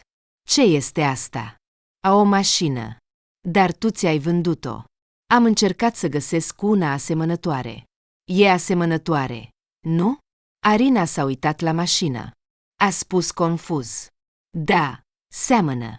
Ei bine, pa, a spus băiatul. S-a urcat în mașina din apropiere, iar întregul convoi a plecat. Igor a primit cu prudență dorința lui Oleg de a-i returna totul Arinei. O întreba fără încetare. Nu se va răzgândi? Nu va cere vreun serviciu? Să jefuiască o bancă? Nu știu, a răspuns Arina iritată, uitându-se la cheile care erau în fața ei. A vrut să-mi returneze ceea ce a luat. Apartamentul. Mașina. Sper că nu-mi va trimite o blană prin curier. Blana, într-adevăr, nu a venit. Dar într-o zi lucrătoare, Arina s-a trezit, ca de obicei, în dormitorul lui Igor, l-a sărutat, s-a dus să se spele și a făcut cafea. Tot acest timp, telefonul ei clipea insistent, notificându-o despre ceva important. Arina a reușit să ude florile de pe pervaz, să-l trezească pe Igor, să-l aducă pe Anton pentru a-l spăla și hrăni. Nona s-a trezit ultima. S-a retras în bucătărie pentru a pregăti micul dejun. A venit Nadia cu vești. Felicitări! Arina a văzut inelul de pe degetul Bonei. Când este nunta? Pe 3 iulie. Nici nu-mi vine să cred, a spus Nadia. Vrem să plecăm la mare pentru o săptămână. Mă vei lăsa? L-a întrebat ea pe Igor, acesta a ridicat din umeri. Te voi lăsa. Ce? Nu sunt om, Nadia. După micul dejun, Nadia și Anton au plecat la plimbare. Nona se ocupa de bucătărie. Igor se pregătea să plece la muncă. S-a uitat atent la Arina. Se pare că trebuie să încep căutările pentru o nouă bonă. Am înțeles corect mesajul? Corect, a râs Arina. Ce fericită este, probabil. Strălucește toată. Ai observat? Igor a plecat. Toată ziua nu a putut să se concentreze la muncă, fiindcă era ocupat cu o problemă importantă.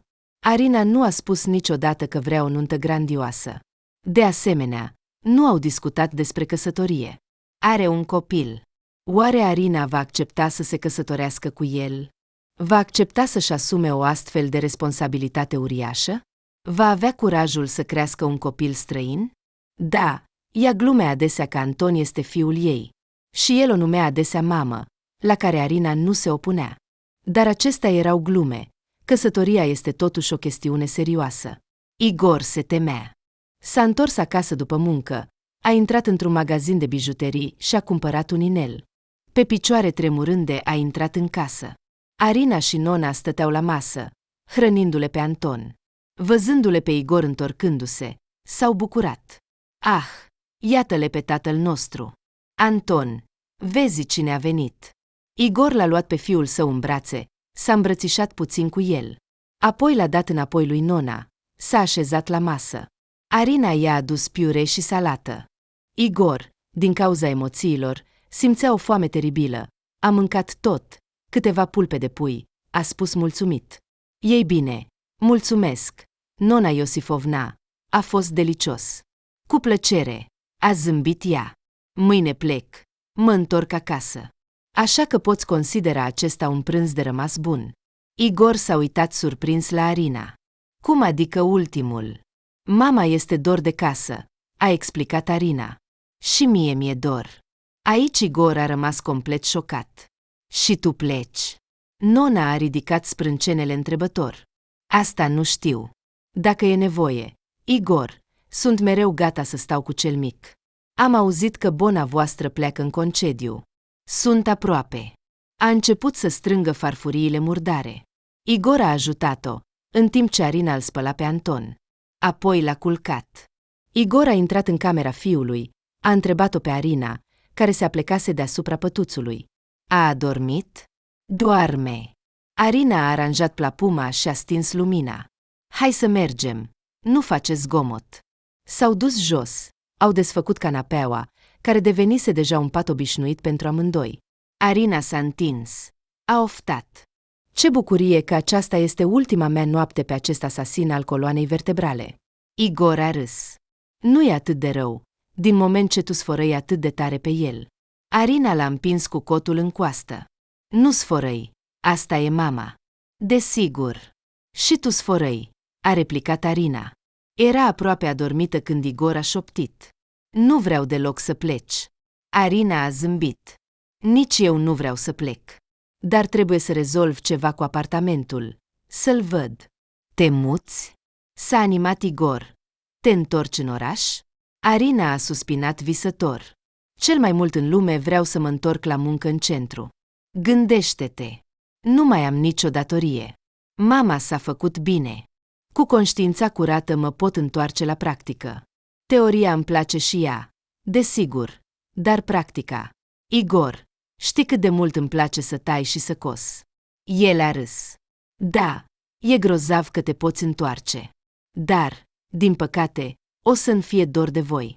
De tine și de Anton. De mama. A căscat Arina, adormind. Inelul a rămas în buzunarul sacoului. Telefonul, la care Arina nu s-a apropiat toată ziua, clipea în continuare insistent. A primit un mesaj. Deși Oleg i-a returnat cu noblețe Arinei mașina și apartamentul. Pe acesta era un credit pe care l-a luat pentru a se plăti pe Oleg din 4 milioane, mai rămăseseră 3 milioane și jumătate. Arina a calculat că va plăti restul la salariul actual timp de încă 30 de ani. Și această perspectivă nu o bucura. Se gândea să vândă apartamentul sau mașina pentru a rezolva odată pentru totdeauna problema datoriilor. Instanța a declarat creditul valid. Acesta era singurul credit al Arinei pe care nu a putut să-l anuleze din cauza activităților ilegale ale soțului ei. Oleg a cerut să nu fie menționat în instanță și la poliție. Arina și-a respectat cuvântul. La întrebarea investigatorului de ce avea nevoie de o sumă atât de mare, a răspuns: pentru tratamentul mamei, care s-a îmbolnăvit grav. Și i-au crezut. Dacă ar putea să se întoarcă la muncă în centru, atunci 30 de ani s-ar transforma în 10. Da, va trebui să strângă cureaua, dar în schimb nu va trebui să vândă mașina și apartamentul, totul va rămâne la ea. Merită oare despărțirea de Igor, mama și Anton? Arina nu știa, dar dorea măcar o dată în viață să acționeze înțelept, ca un adult. Odată ce își va rezolva problemele, poate că se va întoarce. Să o ajute pe mama, să se întâlnească cu Igor, puțin probabil că el va dori să se implice cu o datornică. Va insista asupra vânzării apartamentului și mașinii. Temerile lui cu privire la bunurile dăruite de o autoritate criminală îi provocau Arinei exact aceleași temeri. A sosit dimineața. Nona a plecat. Nadia a luat-o pe Anton, pentru ca Arina să se poată despărți liniștită de Igor pentru seară, și a cumpărat bilete. Igor tot atingea buzunarul sacoului, încercând să prindă momentul potrivit. Observând cum Arina se pregătește, a realizat brusc că nu vrea să-i stea în cale. Atunci, în tinerețe, nu a vrut și acum nu vrea. Căci Arina are ochii strălucind când vorbește despre centru. Probabil este foarte dor de muncă, colegi, prieteni. Nu e de mirare, 7 ani de muncă într-un singur loc, aș face relații și a pierde totul? Acolo, în oraș, este casa ei. Și aici? Aici sunt doar amintiri din copilărie. El, un tată obosit, mama. Arina a băgat telefonul în geantă, a văzut o mulțime de notificări și a oftat. Groaznic. O zi nu l-am luat în mână și acum așa ceva. O să citesc totul în tren, în timp ce călătoresc. Igor a îmbrățișat-o. Ei bine, să stăm puțin înainte de drum? Arina a râs. Ești exact ca mama. Vrei să stăm? Ei bine, hai. S-a așezat pe scaun, a așezat-o pe genunchi, a îmbrățișat-o, s-a plecat în gât, a încercat să-și amintească aroma parfumului ei. Igor a simțit brusc o mare dorință ca trenul să întârzie sau ca Arina să se răzgândească și să nu se urce în el, să rămână. Rămâi, a propus el timid. Arina a dat din cap. Nu, nu pot. De ce? E o poveste lungă, a râs ea. O să întârzi la tren. M-au despărțit rapid și în tăcere. Arina l-a sărutat pe Igor pe obraz și a fugit. El s-a uitat confuz după ea. Apoi s-a trezit, a alergat după ea, a văzut-o în flăcările trenului, a salutat. Arina a salutat înapoi. Igor și-a făcut mâinile rămășiță și a strigat. A ce se întâmplă între noi?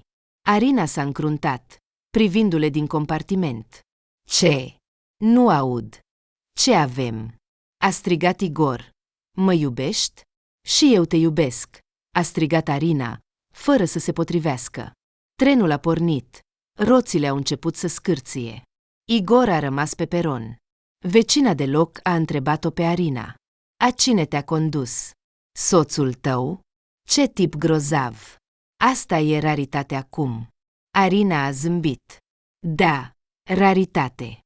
Cine este Igor pentru ea? Ce sunt ei unul pentru celălalt? Prieteni din copilărie? Îndrăgostiți? Totul deodată?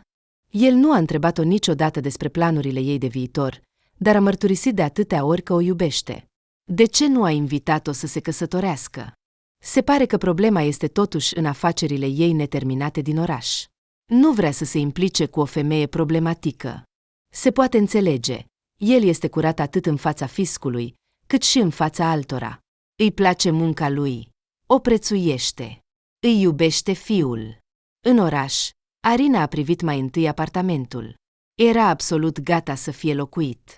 Toată tehnica era la locul ei. Aveau câteva piese de mobilier. A alergat la brutăria de la parter, unde îi plăcea să meargă dimineața înainte de muncă. A luat prăjitura ei preferată, cafea. Toată noaptea nu a putut dormi, ca o nebună zâmbea singură, uitându-se în jur. A dormit pe canapea, acoperită cu o pătură.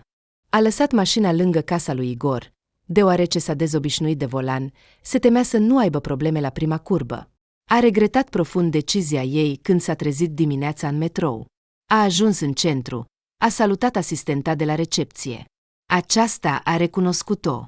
Arina Alexandrovna, ești tu? Gălovliov. La tine? A zâmbit Arina, strângându-i mâna întinsă. La mine. Maxim Fiodorovici? La mine. Mă bucur atât de mult că te-ai întors. Până nu m-am întors încă, a râs Arina, îndreptându-se spre lift. Maxim stătea la birou, cu spatele la ușă. Când ușa s-a închis în spatele ei, a întrebat fără prea multă bucurie în voce. Ești foarte necorespunzătoare. Am 10 hărți și 5 minute la dispoziție.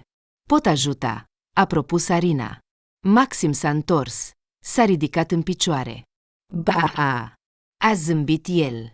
Arina Alexandrovna, ești tu? S-au îmbrățișat. Ce te aduce în colțurile noastre? Studenții se comportă rău. A întrebat el, ajustând halatul. Arina a pus geanta pe masă. Nu, studenții mei sunt minunați. Vreau să mă întorc. Maxim a ridicat sprâncenele. Ca chirurg. Sau ai uitat să coși, în timp ce apăsai pe tastele tale? Arina a făcut un sunet. Nu. Când este ședința? Vreau să ajung la Gălovliov înainte de ea. Ca întotdeauna. Gălovliov stătea în biroul său și o aștepta pe Arina, pentru că asistentele deja i-au raportat despre vizita ei. Așa că, atunci când Arina a apărut în ușa biroului său, el a zâmbit ușor. Arina, intră. Ai un minut? A întrebat ea, închizând ușa în urma ei. Numai un minut. Te-ai gândit să te întorci? Am auzit că ai rezolvat totul cu soțul și datoriile, și cu mama de asemenea. Arina a dat din cap. Da, sunt din nou aceeași Arina. Sunt gata să încep să lucrez chiar astăzi. E bine, a râs Gălovliov. Astăzi nu se poate. Vino mâine. De dimineață. Ei bine, nu eu te voi învăța. I-a strâns mâna, iar ei au ieșit împreună din birou. Gălovliov a mers să conducă ședința, iar Arina s-a dus acasă. Era deja mai puțină lume în metrou. Mergând pe străzile pustii, Arina a simțit brusc foarte clar singurătatea ei.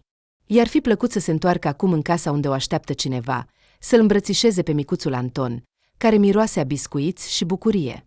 Să-l îmbrățișeze pe Igor, obosit după muncă, să-și înmâneze fața în puloverul lui. Arina a urcat în apartament. Pentru a se distrage, s-a așezat să verifice mesajele acumulate, la care nu a ajuns în tren. Căci toate gândurile ei erau despre Igor și relația lor. Mama i-a scris. Igor a întrebat cum a ajuns. Arina le-a răspuns. Anastasia i-a scris. Întrebând dacă sunt vești despre Kiril, a trimis câteva anunțuri cu oameni care semănau cu Kiril. Arina i-a răspuns și ei. Investigatorul a scris, anunțând că nu sunt progrese în căutarea lui Kiril. Banca îi reamintea să facă o plată la timp, pentru a nu se acumula dobânzii. Deodată, printre acest zgomot, atenția Arinei a fost atrasă de un mesaj de la bancă. Transfer de la Oleg M. A citit Arina. A deschis mesajul și a rămas uimită. Oleg i-a transferat 4 milioane. Apoi încă 2, cu comentariul: acestea sunt dobânzile. Arina a început să-l sune, dar a auzit doar: numărul pe care îl compuneți nu există. Vă rugăm să verificați corectitudinea numărului și să încercați din nou. Arina a încercat să sune din nou și din nou.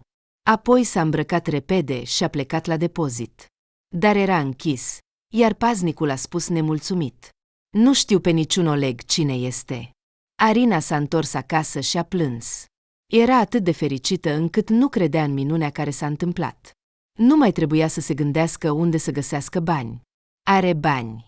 Poate închide creditul cu o singură plată și să uite de el pentru totdeauna. Așa a făcut.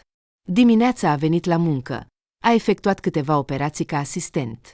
A primit aplauze în timpul ședinței, când colegii au aflat despre întoarcerea ei. După muncă, s-a dus la bancă. A întrebat dacă poate plăti întreaga sumă a creditului dintr-o dată, ce implicații are. A transferat banii. Privind soldul contului, a râs prostesc. A sunat acasă. Mamei și lui Igor a împărtășit bucuria. Nona s-a bucurat sincer pentru fiica ei. Dar Igor a reacționat foarte rece. Felicitări! E grozav, a spus el. Arina s-a mirat. Și atât? Asta e tot ce poți să-mi spui. E pur și simplu. Wow! Acum sunt complet liberă. Înțelegi? Igor a oftat. Da, înțeleg. Și spun că e grozav. Acum nimic nu ne împiedică să începem totul de la zero, a zâmbit Arina. Igor a zâmbit. Și înainte ce ne-a împiedicat? Da, desigur. Aici Arina s-a îndoit. Credeam că nu te-ai căsătorit cu mine doar din cauza asta, din cauza datoriilor mele. Dar există o altă cauză? Igor a fost surprins de o astfel de sinceritate stridentă. Da, există. A tușit. Există. Nu-ți voi spune niciodată asta, a declarat el. Nu vreau. Arina a râs. Igor, Doamne, ce prostie! Mă iubești? Da, a răspuns el. Și eu te iubesc, a zâmbit Arina, simțind o ușurare. Ce altceva mai trebuie? Hai să ne căsătorim. O singură iubire nu este suficientă, a oftat Igor. Trebuie să plec. Trebuie să-l culc pe Anton. Dar nu am terminat discuția, a replicat Arina. Igor a închis telefonul. Arina s-a întins pe spate, a făcut o respirație adâncă și a început să gândească. Dimineața a luat biletul spre casă. A demisionat din centru, i-a încredințat lui Maxim să găsească chiriași buni pentru noul ei apartament. Maxim nu a complicat lucrurile. Dacă nu te deranjează, voi veni și eu. Caut un apartament mai aproape de muncă. Întoarcerea ei a fost o surpriză și pentru Nadia, și pentru Igor. Arina, a întrebat el, intrând în casă seara, ce faci aici? Nu a reușit să-și termine întrebarea. Arina s-a aruncat în brațele lui și l-a sărutat. Te iubesc, a spus ea. Nu știu ce te împiedică să te căsătorești cu mine. Dacă nu vrei, nu te căsători. Atunci să nu ne mai despărțim atât de mult. Bine, bine, bine, a zâmbit Igor. Dar ce se întâmplă cu centrul? Fără mine, acolo se descurcă excelent. Arina a oftat. Ce ai în buzunar? E incomod. Igor a scos din buzunar o cutie din catifea. Arina a rămas cu gura căscată de uimire. De ce nu mi l-ai dat mai devreme? Nu am vrut să-mi stric viața. Nu am vrut, dar aproape că am stricat-o. Igor s-a aplecat în genunchi. Nu așa mi-am imaginat, dar mai bine așa decât deloc. Ești de acord? Da, a strigat Arina, acoperindu-și gura cu mâna. Așteaptă. A râs Igor. Arina, te iubesc și vreau să fii soția mea. Ești de acord să te căsătorești cu mine? Da, a strigat Anton, care stătea în brațele Nadiei. Da.